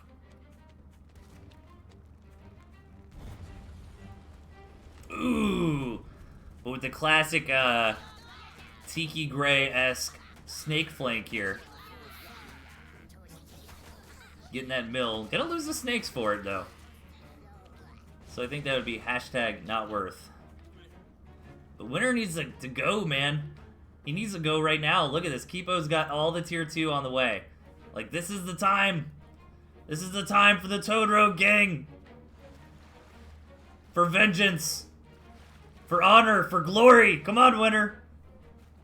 This is it. This is it right here. This is your chance. None of the tier 2 are out yet. Let's go. Let's go, Toad Road.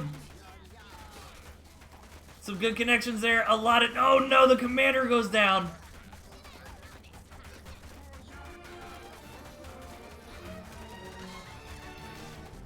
Can I get an F in chat, boys? Lots of damage. Okay, okay. As much as I love Kipo and respect LWM, I am firmly rooting for Winterload here. Because I want to see some more hype matches.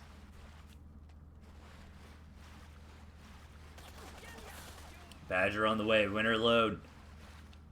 The tier 1 didn't work. He's gonna try to get to Badger. Kipo's got this small but sturdy army of tier 2. Now, Toads are actually pretty good against this. All these clumped up tier 2 units, they don't get the connections they needed. Oh, man. And this is the last stand for Winterload here. And I think that's gonna be game. We're gonna have Lizard Wizard Magic as your champions of the Clan Wars season. First season of Clan Wars, I guess. I wonder if there will be a second one in the future. GG, Kipo! Winning it for his team. Nicely done. Now, we aren't gonna just call it there. We will play the rest of the matches for fun.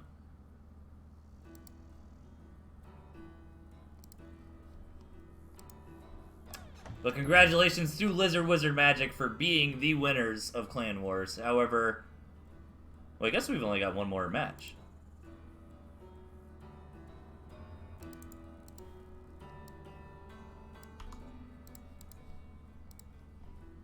It's going to be Tiki Gray versus Satoros.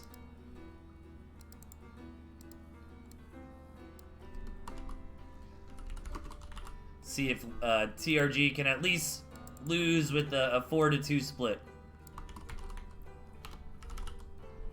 Did I spell his name right?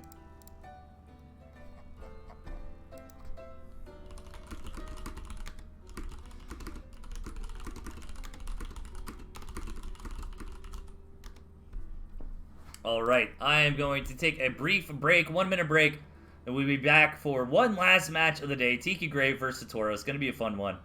Stay tuned, be back in a sec.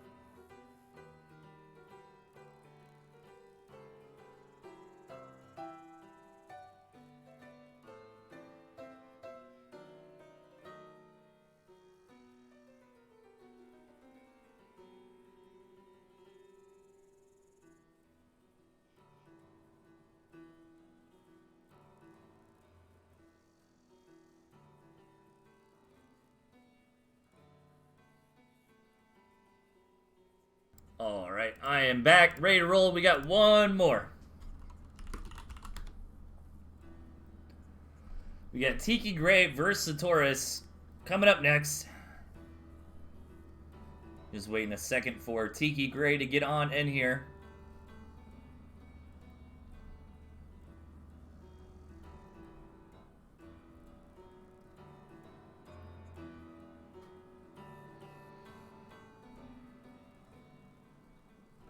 There it is. All right, here we go. Last match of the day. I think my voice can shout a little bit longer before giving out here. And then I'm going to enjoy...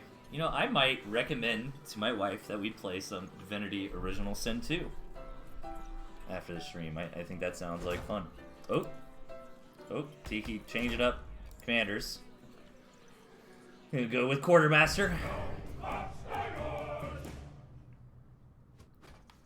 Alright, spawning in the bottom on TRG, we've got Satoros.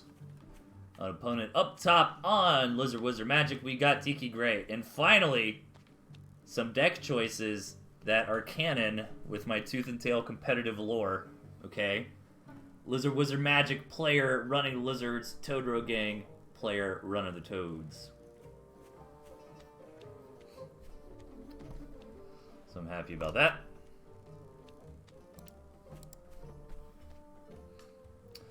Let me see what is coming up. I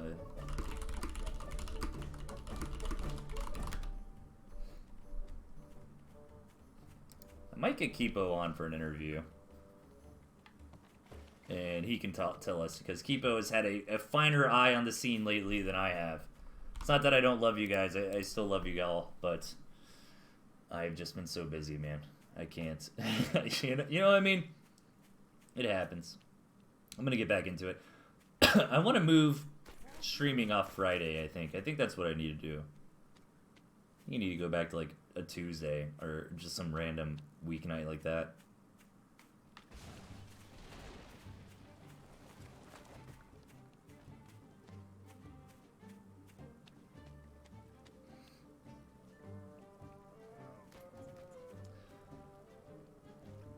Okay, waiting on this game to get started here.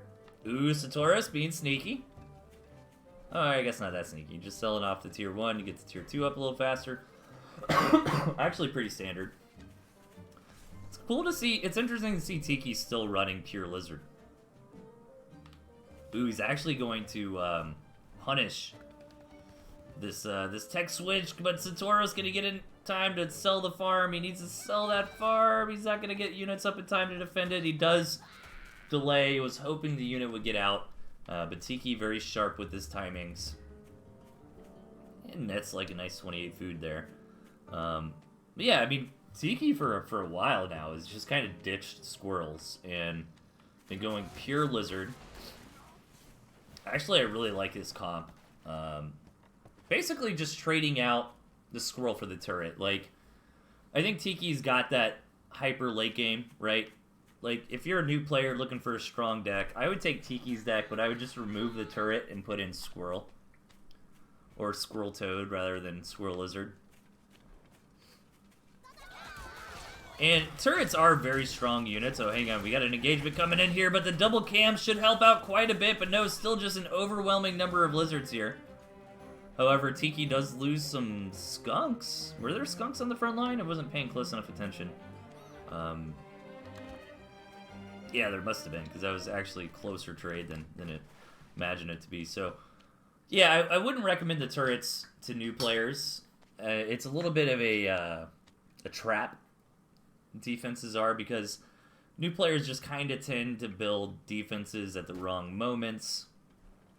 And Tooth and Tail is very, very tempo-based. So putting yourself behind on Warrens or on farms because you built a couple turrets that aren't doing anything can lose you the match. But when you're a really strong player like Tiki, you know, Tiki Gray, arguably at least in the top 5 of best Tooth and Tail players, certainly top 10. He knows when to use them. Like, look at this. He throws down the turret, and immediately Satoris was on the move out. So now when Tiki feels safe, you know, one turret's not the biggest investment, especially when we're on 1.5 base, but I wouldn't be surprised to see him sell it. Yeah, and there you go. Like, Tiki just kind of knew, alright, this is a time where Satoris might try a push. Let me build a turret. Turrets are very powerful. And now, okay, I don't need that turret anymore. I'm going to sell it. Hey, Ghost of the chat. It's good to see you, man. I am on a 90-second delay, so my chat interactions are a little bit weird, but I always like to go on delays when casting live tournament matches, so there can be no question of somebody having the stream open and seeing what the opponent chose in their deck or anything like that. Good attack here from Tiki, getting a lot of damage done and able to retreat with most of the critical tier 2 alive.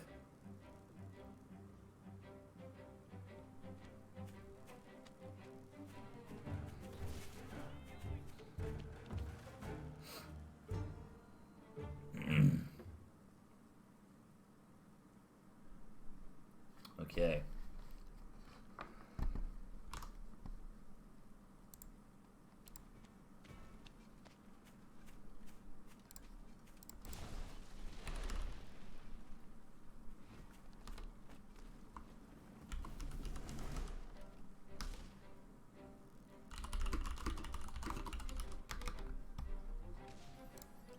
Alright, Tiki coming in with a big push. Looking for game-ending damage, most likely. Let's see if he can get it done. The 10 stacks of poison on the mill. Gonna be a dead mill.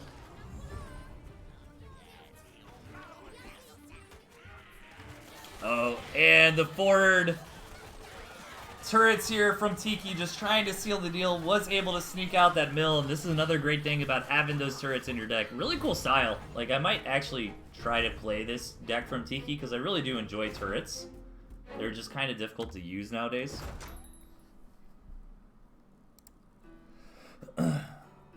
Alright. So 1-0 for Tiki here. Hopping into game number 2.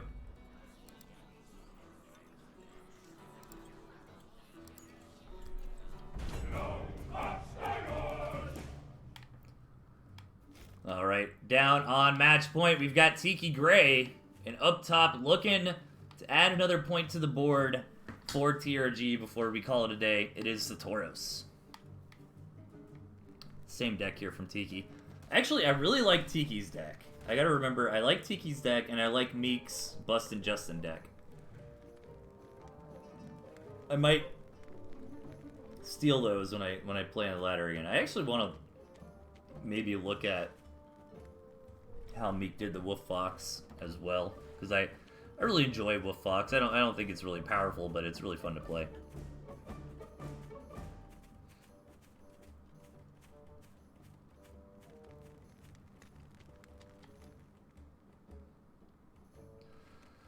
All right. We are wrapping it up here today, ladies and gents. Lizard Wizard Magic with the win. This is kind of just an exhibition match to dot the T's and cross the I's, so to speak. You know, tally up all the final scores. The format for Clan Wars is that the clan matches, there is a point aspect to it, so you got to play all the matches, regardless of the final score. So we are wrapping that up here with our 6th set. We had the TNT Championship Premier League Finals between Meek and Melvin Fro earlier today. And moving forward, we got 2021 duels going on. A couple of those episodes are already out on Witty Punch 7 and on Tandor Draco's Twitch channels. Be sure to check those out if you haven't already. And I think me and like Tiki might do some coverage of it next week.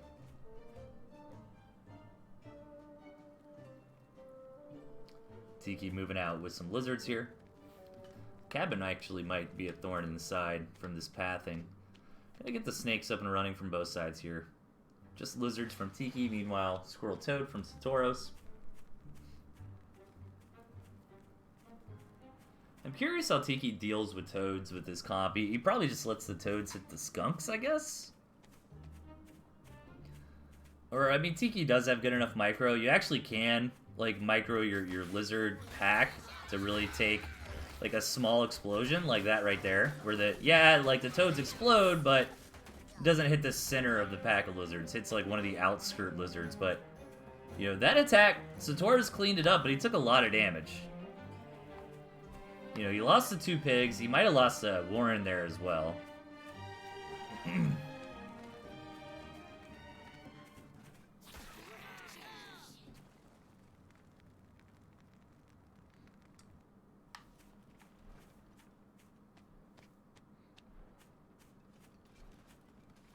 Squirrel Toad Cam, Snake Falcon Boar. Yeah, that's a fun deck.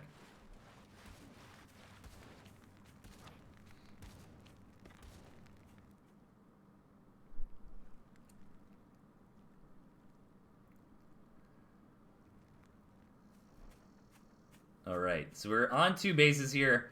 Tiki Gray did get some early damage in. Satoros kind of rebuilding the farms on the Expo here. Nothing crazy just yet.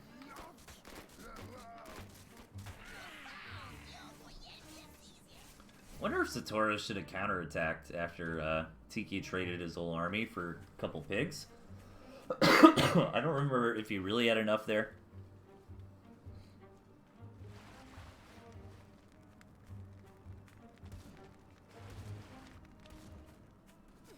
Balloon up here from Satoros, so maybe that's a sign he wants the game to go on a little bit longer, but again, this is what's kind of rough with the I almost would have liked this balloon a bit better more out here, because this balloon really doesn't defend if Tiki attacks in this way. However, the second base is the most prized target. If you're Tiki, that's the one you want to hit down.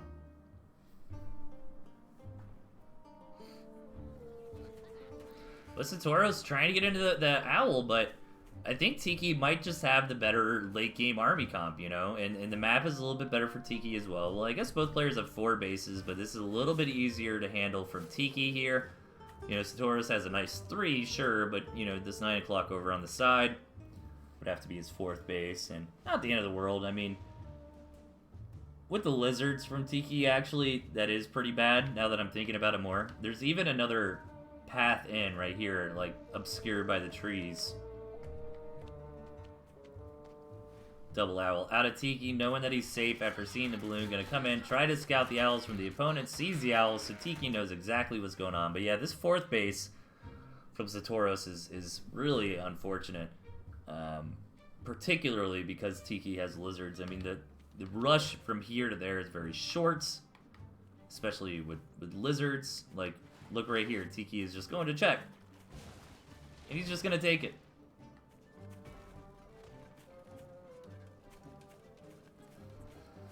But I'm hoping to see a Satoros win. Rooting for the underdog here. Yeah, you know what? I agree with Winterload in chat, man. I want to see a Toad gang, mass toads blow up the mills. Oh, Satoros is going for it. The owls from Tiki aren't ready yet. Satoros has a better army right here, right now. I think Tiki is setting himself up better for like the next couple minutes, but we're not at the next couple minutes. We're at 6:10 in this match where Satoros has 24 squirrels now. He should keep going. No. Oh, it's a shame. It is rough. And it's stressful, especially when you're playing against somebody like Tiki. Where, I mean, don't get me wrong, Satoros is great, but Tiki's probably the better player, and that can mess with your mindset too. In competitive games where when you feel like you're up against someone who's better than you. It's not that you can't win, but you're a little bit nervous or a little bit more timid. Like, I think if Satoros would have taken that momentum and pushed through, he might have just won the game. And I'm not I hope that didn't come out like I'm dogging Satoros. I mean, Tiki's like one of the best players, you know? It's very rare Tiki is going to be against somebody who doesn't feel like Tiki's better than them.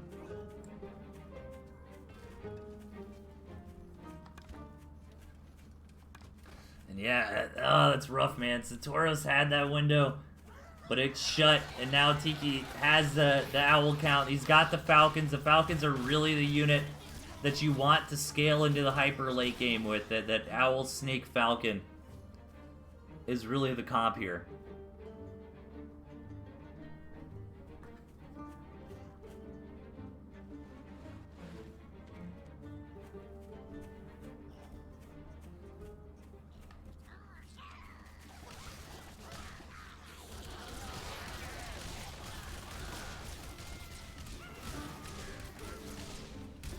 Alright, just more harassment here from Tiki. Tiki's kind of got the opponent in the stranglehold now. But with this kind of style, it's a Python, you know, slow death. As Satoros is trying to fight back. He does manage to get up a second owl. But Tiki has the better economy. Satoros is trying to catch up, and trying to take a fourth base from here from Satoros is going to be particularly difficult. Especially, I love this, that Tiki just invested the 60 food to just say, alright, I know when you try to get it. Well, now he's actually putting farms on it. And I agree with that too, because that's a more favorable fourth base for Tiki than this one is anyways. Satoru's gonna try it here, he's moving in. But I really think the problem is just these Falcons, right? Like, the skunks are fine, and Tiki has some skunks too, but I really think this late game, the hyper top tier late game comp is that Snake Falcon Owl.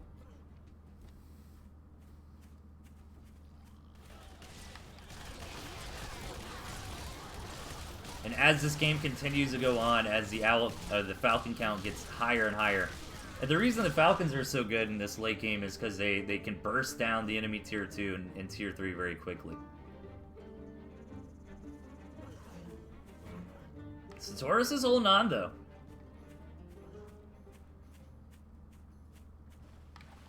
Not going to be happy to scout this fourth from Tiki. Doesn't even have to go up the ramp, just sees the pigs. It would have been nice to get a count on the pigs, but Satoros realized every second matters as Tiki is knocking on his front door. He needs to be in here to micro. And really this becomes checkmate once Tiki is able to get just a little bit farther on the push than he just did. Owl number 5 on the way, getting up to 8 Falcons here. You see, like, one pig died there. Like, when Tiki destroys this base, it's GG. But unfortunately for Satoros not having access to a fourth, it's an uphill battle. Like, Tiki's just very far ahead on every front. Blech. Alright, another big engagement coming in. Does Tiki have the numbers this time to get to that farming base and to seal the deal on the match?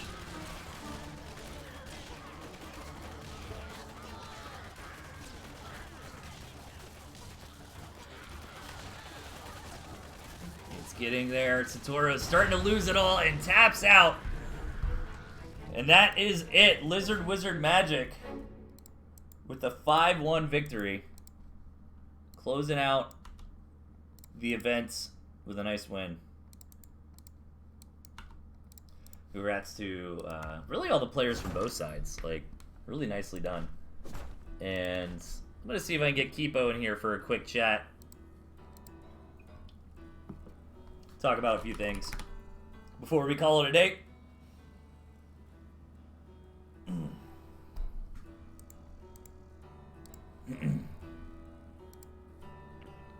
Hello, Delthius. Kipo, how's it going, man?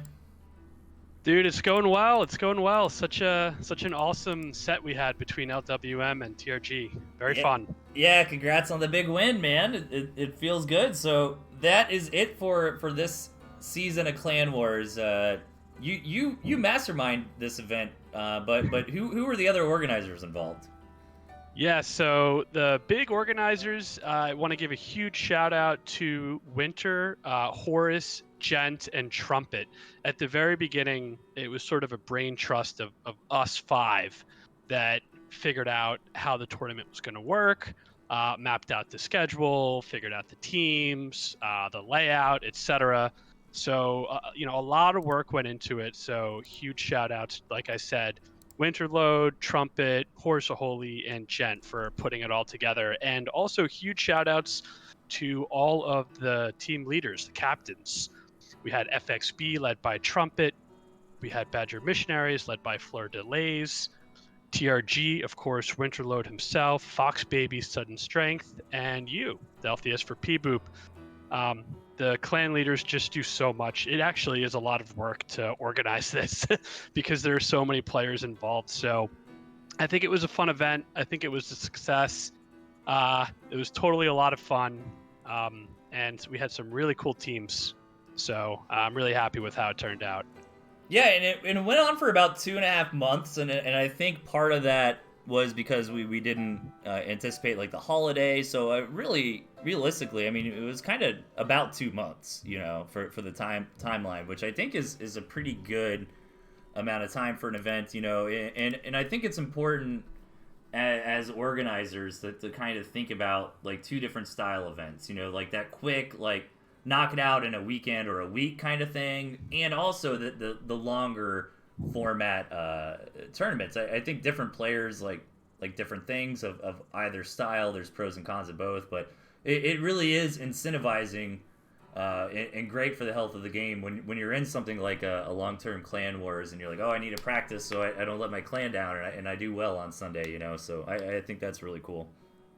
Yeah, it was a lot of fun. I really think the teams sort of bonded together. I mean, I know for us, for LWM, we had like training sessions where we would get on Saturday at like 9 o'clock, and like for 2 hours, we would just train Lupus, Tandor, Cavernus, and we would, of course, play each other and just get in as much experience as we can and talk about the opponents and the matchups and the various styles.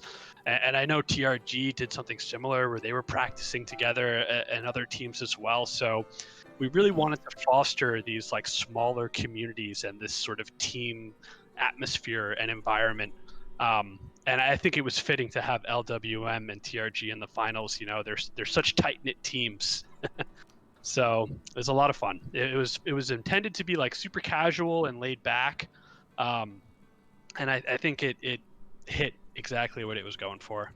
What do you think the event did well, and what do you think can be improved on for next time, if there will be a next time? Sure. So I think one of the challenges is scheduling, like organizing so many different players at once and getting everyone together to have their matches played at the right time, especially week after week. So I think scheduling can be improved upon. It is definitely a challenge. And I think one of the tricky things also is like trying to balance like the player skill levels and pairing them up against one another. Um, but we had a lot of upsets throughout the season, and we had a lot of upsets even today. So maybe not as big as an issue as I thought. Right. In terms of doing well, I think just getting that team sort of setting and that team environment, is sort of inspired by Gent's previous tournament, which was a team league tournament with all the various teams being representative of the tier 3 units in the game. Yeah. So I think people really enjoyed just being on a team and like practicing with their teammates. So we'll see what the future holds. I know right now Gents 21 Duels is big. That's popping off. That's going to be the next, or is the next big tournament that's happening. So that's a lot of fun. And then I think soon after that, there's actually going to be a 2v2 tournament hosted by Tandor Draco, Lupus, and Cavernus. Oh man, I know a lot of people would be excited for that. Maybe we'll get out some old guys like Chip or Arbuzz. Sometimes they come out of the woodwork when they hear us talking about a 2v2 tournament, so you never know. Yeah, it's time. I mean, the community I feel has been asking for a 2v2 tournament for a while, so it's going to be similar to Clan Wars. My understanding of the structure, Tandor will talk about it more in chat as time goes on.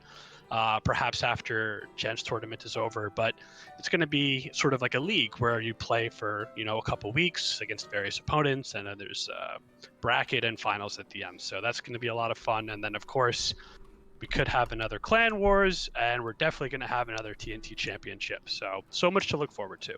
That's awesome, man. I am super proud and thankful of you, Kipo. Like, you've done such a good job of stepping up into big organizer roles, and it just makes me really happy to see guys like you are inspired and motivated enough to keep the scene going. 4 years later is awesome. So thank you particularly a lot, and also your team. I know some of the other guys behind the scenes, like Marmu. Marmu typically does a lot of like TO stuff, but he doesn't get a lot of spotlight.